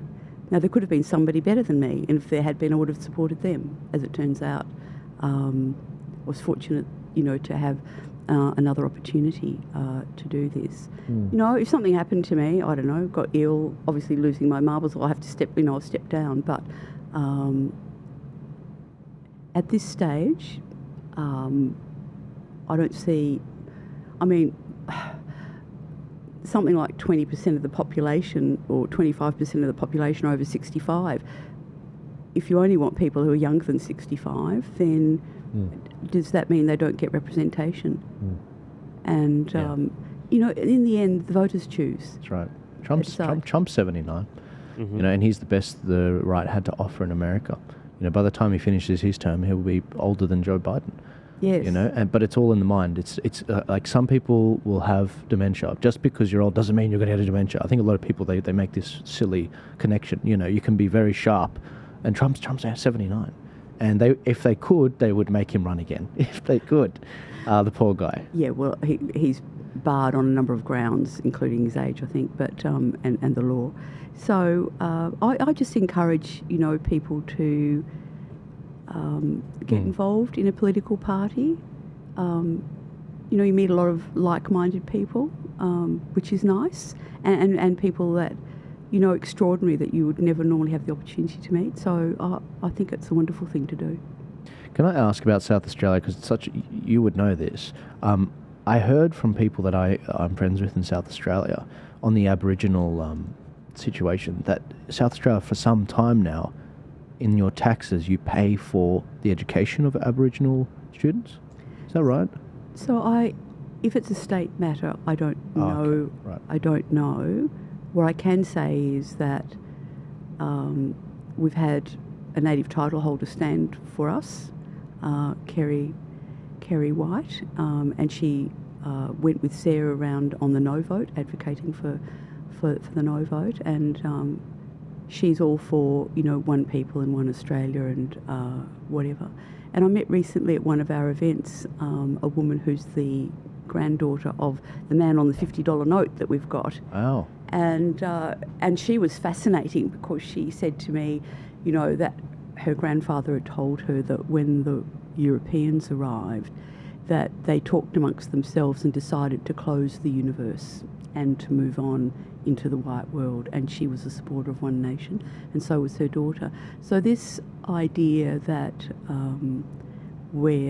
that's how Pauline, that we're a racist party, it came from a letter that Pauline wrote in January of 1996. It was published, and in it she said that she wouldn't support a system in the courts which gave different sentences to Aboriginal people than would be given to white people. And Howard called her a racist for doing that, and within months he'd adopted that policy. But that led to her leaving. She was disendorsed as a candidate. She was already on the paper, so she got elected in what they thought was an unwinnable seat because it had been a Labor seat. And that brought her into politics. And so when people say you're racist, well, what we mean is we don't want any one race to be treated any differently to any other races. So if that's what racist means, well, that's what it means. But that isn't, we're about conduct and character and, ethnicity and religion and, I don't know, anything else. Yes.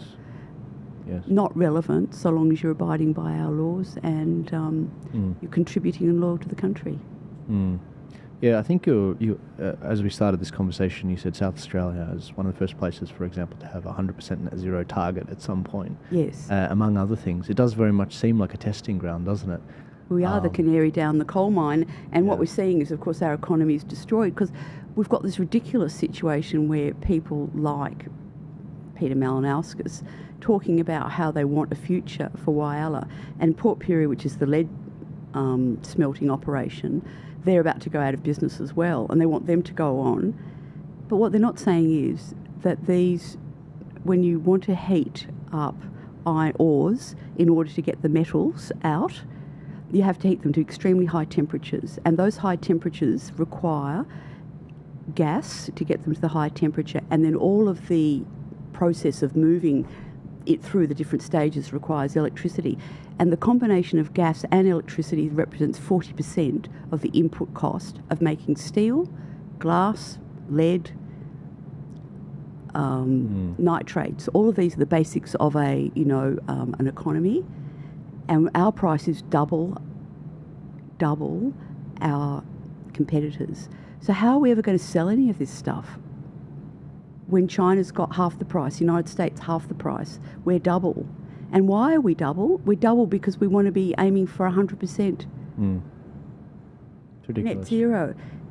So on the one hand, there's only going to be so long that you can shuffle money from people who are working into something that, whatever, before it's all going to fall over. Yeah. It's like the great step forward, in China. They had starvation and millions of people died, and people think it couldn't happen here. But it's potentially we're on that path.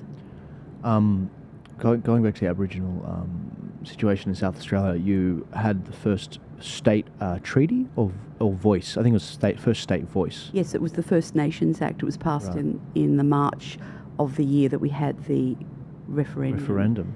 And when they went out to vote for representatives, some of those representatives were elected on 6 votes and less.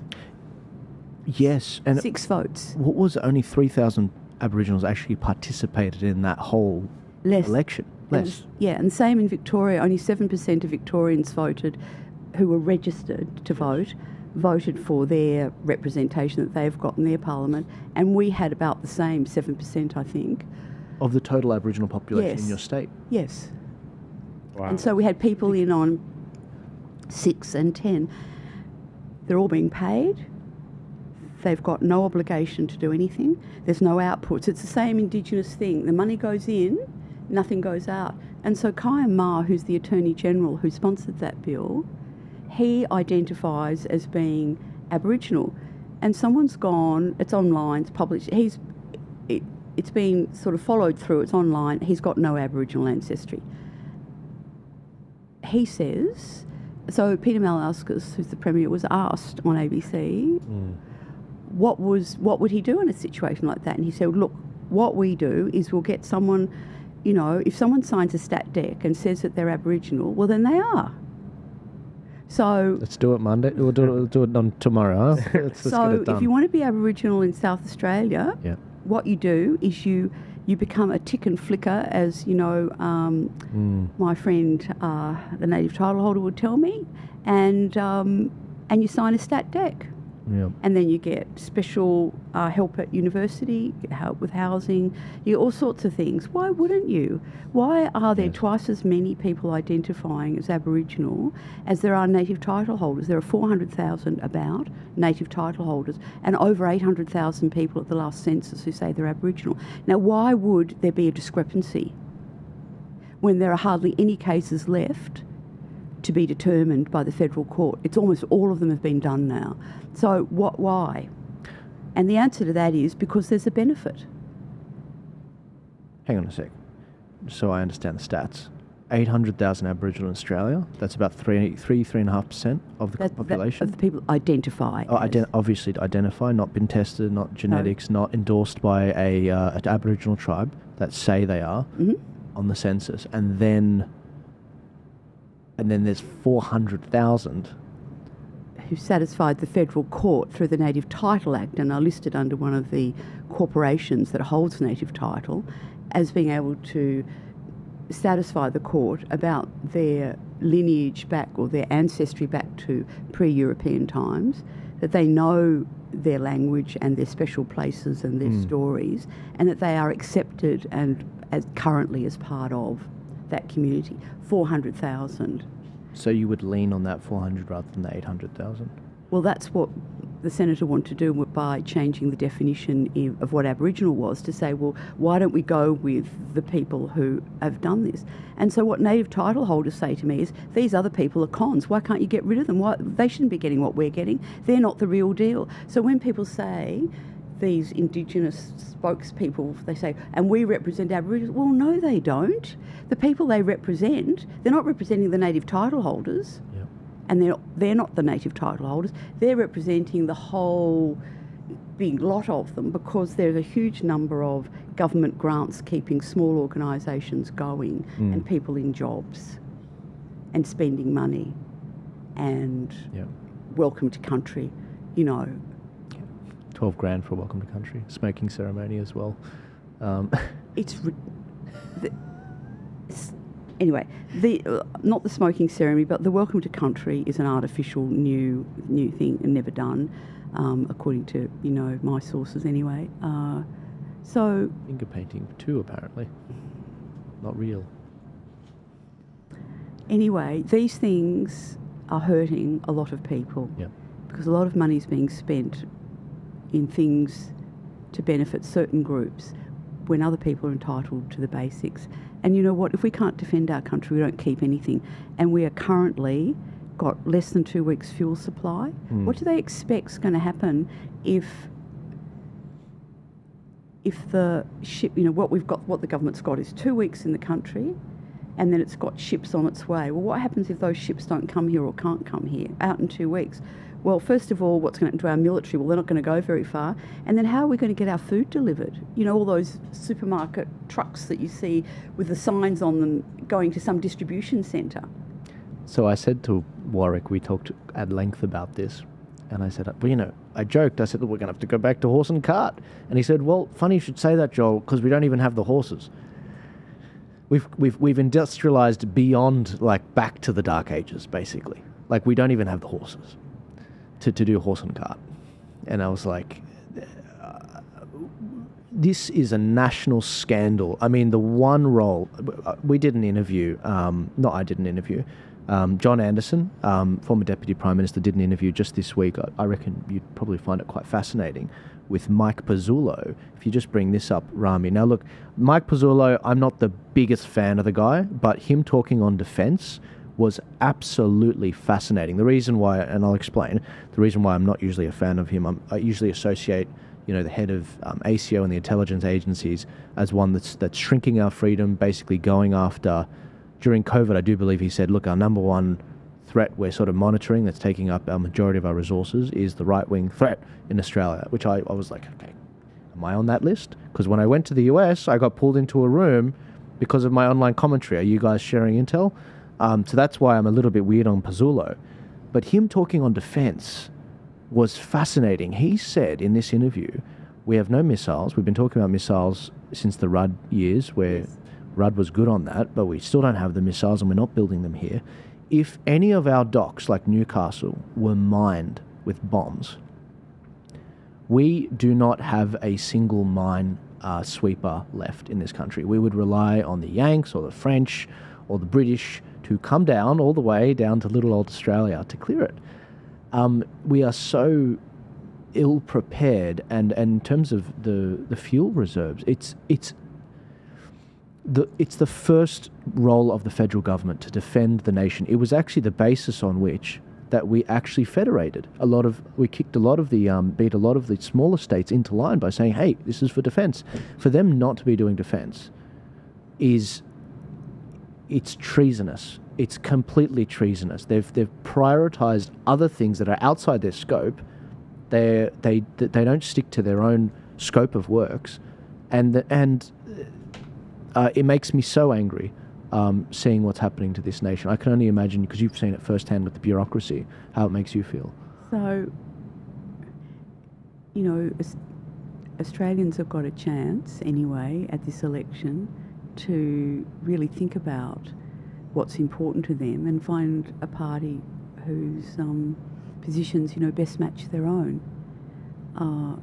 But, you know, freedom can be lost very quickly. I mean, the Second World War showed how quickly you can go from, you know, a democracy to the Third Reich. You know, just one fire in the Reichstag and it's all over, and it's well, we have to protect the people. Again, it was the same story. You know, you're going to give up some of your democratic freedoms now, but we're going to protect you from this threat. And the next time they had an election was at the end of World War II, and Germany was pretty much destroyed by then. So people take things for granted, things they won't change or they can't change or whatever.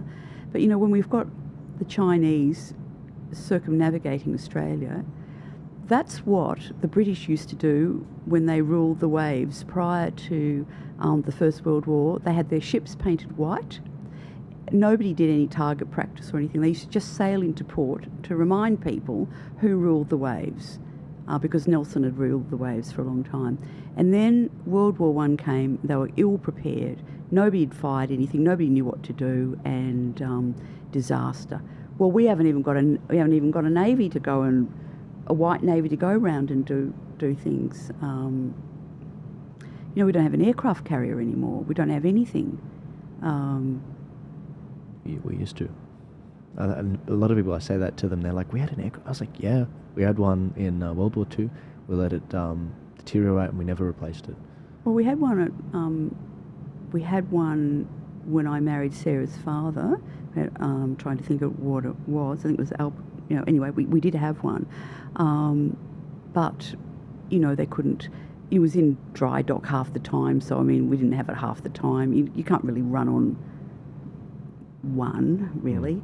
So of course they gave it away. We're in decline.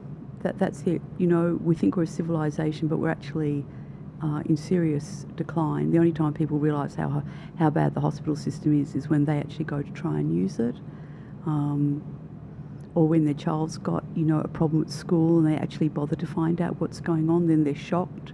And if they've got enough money now and they're managing, they probably aren't noticing. But there are a lot of people are really suffering. Yep. There's a lot of wastage. Again, sorry, I'm just trying to get through this. I know you're going to leave, and then I'm going to be like, I should have asked her this or that. You mentioned the Aboriginal expenditure, 80 billion over 10 years. Yes. I've heard the figure from, was it Redbridge or someone else? They were saying it was 40 billion. Was the IPA 40 billion every year? Do you mind explaining that? Yeah. So the difference is that they publish how much they spend on the Indigenous people. But Indigenous people go to school, they use health, they get many of the same things we do. So the 8 billion is what is spent, out of that 40 billion is what is spent solely and exclusively on Indigenous people. The rest is what's spent on everybody else, but it just happens to have been sort of separated out. Right. I really ought to start adopting that instead, because I think it's more accurate. It's more accurate. Yeah, it makes it sound, horrendous, but I think 8 billion's a lot. I mean, it's... Yeah, it's a lot of money. It's 8,000 million. It's 8,000 million, I'm sorry. And when you consider that most of it doesn't get to where it's going and has hardly made any improvement for many people. Right. There's so many scandals, NDIS. I mean, I've seen a plan for a man who has a psychotic condition he's had since he was 15, is very well controlled by medication, $800,000 over 2 years. And why would he spend $800,000? Well, he's having cooking lessons at home, he's having drum lessons, he's having the sort of things that most people probably would like to give their kids but can't. Ridiculous. You've got people coming out of prison, you've got a big prison population on NDIS, can't spend it, but when they come out they do. And there's one guy in WA, probably people have heard about it, but he's got $1 million a year NDIS package, so that he, having raped and tried to kill a 5-year-old with a rock but killed the mother, he's out now on $1 million NDIS thing so that he can have a full life. Full life. Out today? Yes, he was out a couple of years ago. Full life. Wow. He's got three people. He's got somebody with him 24 hours a day. Because otherwise, he mightn't have a full life. And also, he's a bit dangerous as well. But, that's only that. As I say, when we had the state-based system, the people who were getting support were people that no one would have any qualms about. These are people who intellectually disabled, profound, congenital things that, birth defects and whatever, who you would never begrudge helping them and their families and whatever, never. Suddenly you've gone from 250,000 to 650,000. When the Auditor General looked the first time in their first report, they did samples of up to 1,500 of decisions made. They found no paperwork and no one had signed off. They couldn't find out who the person was who'd signed off. They didn't know what what the basis of it was. No accountability.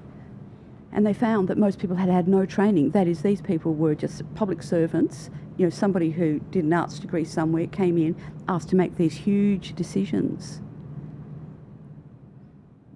So when they went back to have a look, they hadn't done anything, hadn't done any of them, so they did another one. And now the minister says, oh no, well, we've done a revamp. But the committee that was there to advise the government as to how to set it up, they're the same people. They haven't got anybody new, it's the same old crowd. It's shocking, because it sounds a lot like what's going on with Doge in America. Elon saying, look, we're seeing these amounts of money going to dead people, going, buying 100 million condoms for Palestine. And he's like, that's a lot of condoms. You know, there was another...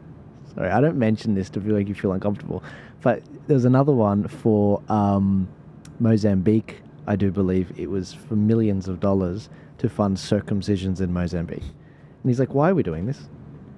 Well, the question is, where is the national interest in that? And I mean, we give away our foreign aid, and we don't follow up to see how it's spent or where it goes. We just give it. So, you know, there's one documented case where we gave money for some international ASEAN type, you know, meeting, and the Papua New Guinea government bought a fleet of Maseratis and Lamborghinis to collect these dignitaries from the airport. The only problem is there's no spare parts. I mean, there are not enough people in Papua New Guinea currently with $1 million type vehicles who need them serviced or to warrant the spare parts. So they've just kind of, you know, when they stop working, right? And we say nothing. We haven't got enough people to go out and look after children who, you know, are living in dreadful conditions. Veterans. Haven't got no money to go and visit, you know, children in state care once a year with a guardian. Oh no, I haven't got money for that. Plenty of money for these people to come and buy real estate. We don't know where the money goes, and we don't care. It's a national travesty, and we definitely need more transparency around all of this. It's just, you know, how could anyone measure themselves big enough to influence this? But it is possible. It is possible. And with the balance of power in the Senate, one nation, and similarly aligned senators can make a difference and block, no matter who forms government, Labor or Liberal, can block and force them into a better position. It's like the reins of a horse. And yeah, we've got to make it happen. I mean, look, I've been chatting to you for a little over 2 hours now, Sorry. Jennifer. No, this is what I do for a living. I enjoy it. And I feel like, you know, it's not many people where I say I could definitely talk to you for another couple hours. You know, the same thing happened with Warwick when he came in last week, and we chatted for another 2 hours off camera as well. So I really think that's given a really good understanding to people listening about who you are, what your background is. Your attention to detail is impeccable, and your solutions, being the One Nation's solutions for the federal government, are excellent.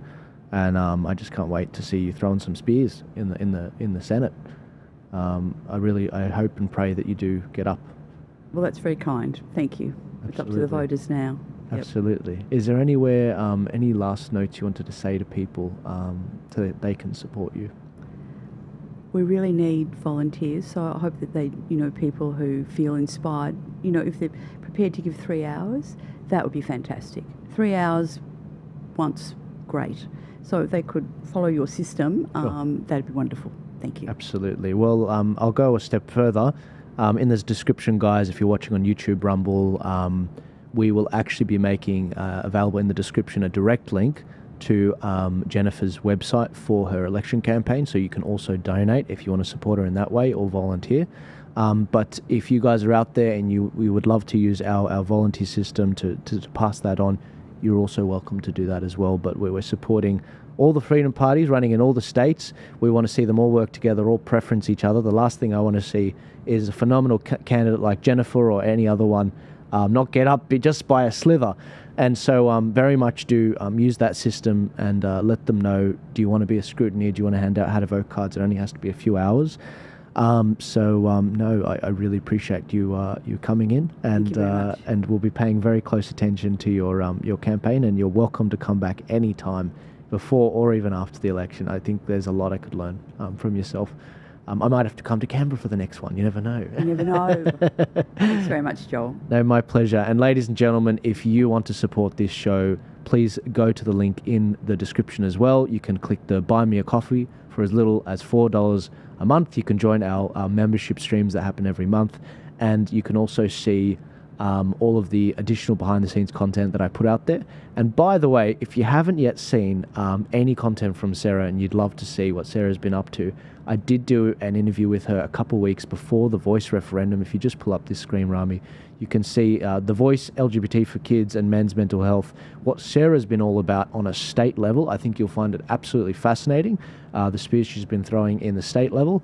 And just a fun fact for you guys, Sarah almost got the balance of power in the last state election. And in the next state election for South Australia, it's the next one coming up in, I do believe, March or May next year. March 21. March 21 was the last one, so 2026 will be the next one. It was March 22. In March 2022, sorry. But so the 21st of March 2026? Yes. Right. Will be the next one. We will be doing similar projects to help the greater movement in that state, and I'm very much looking forward to doing that. But without further ado, I'll see you guys later. God bless you all, and let's get prepared for this 3rd of May election coming up in 33 days. I'll see you later.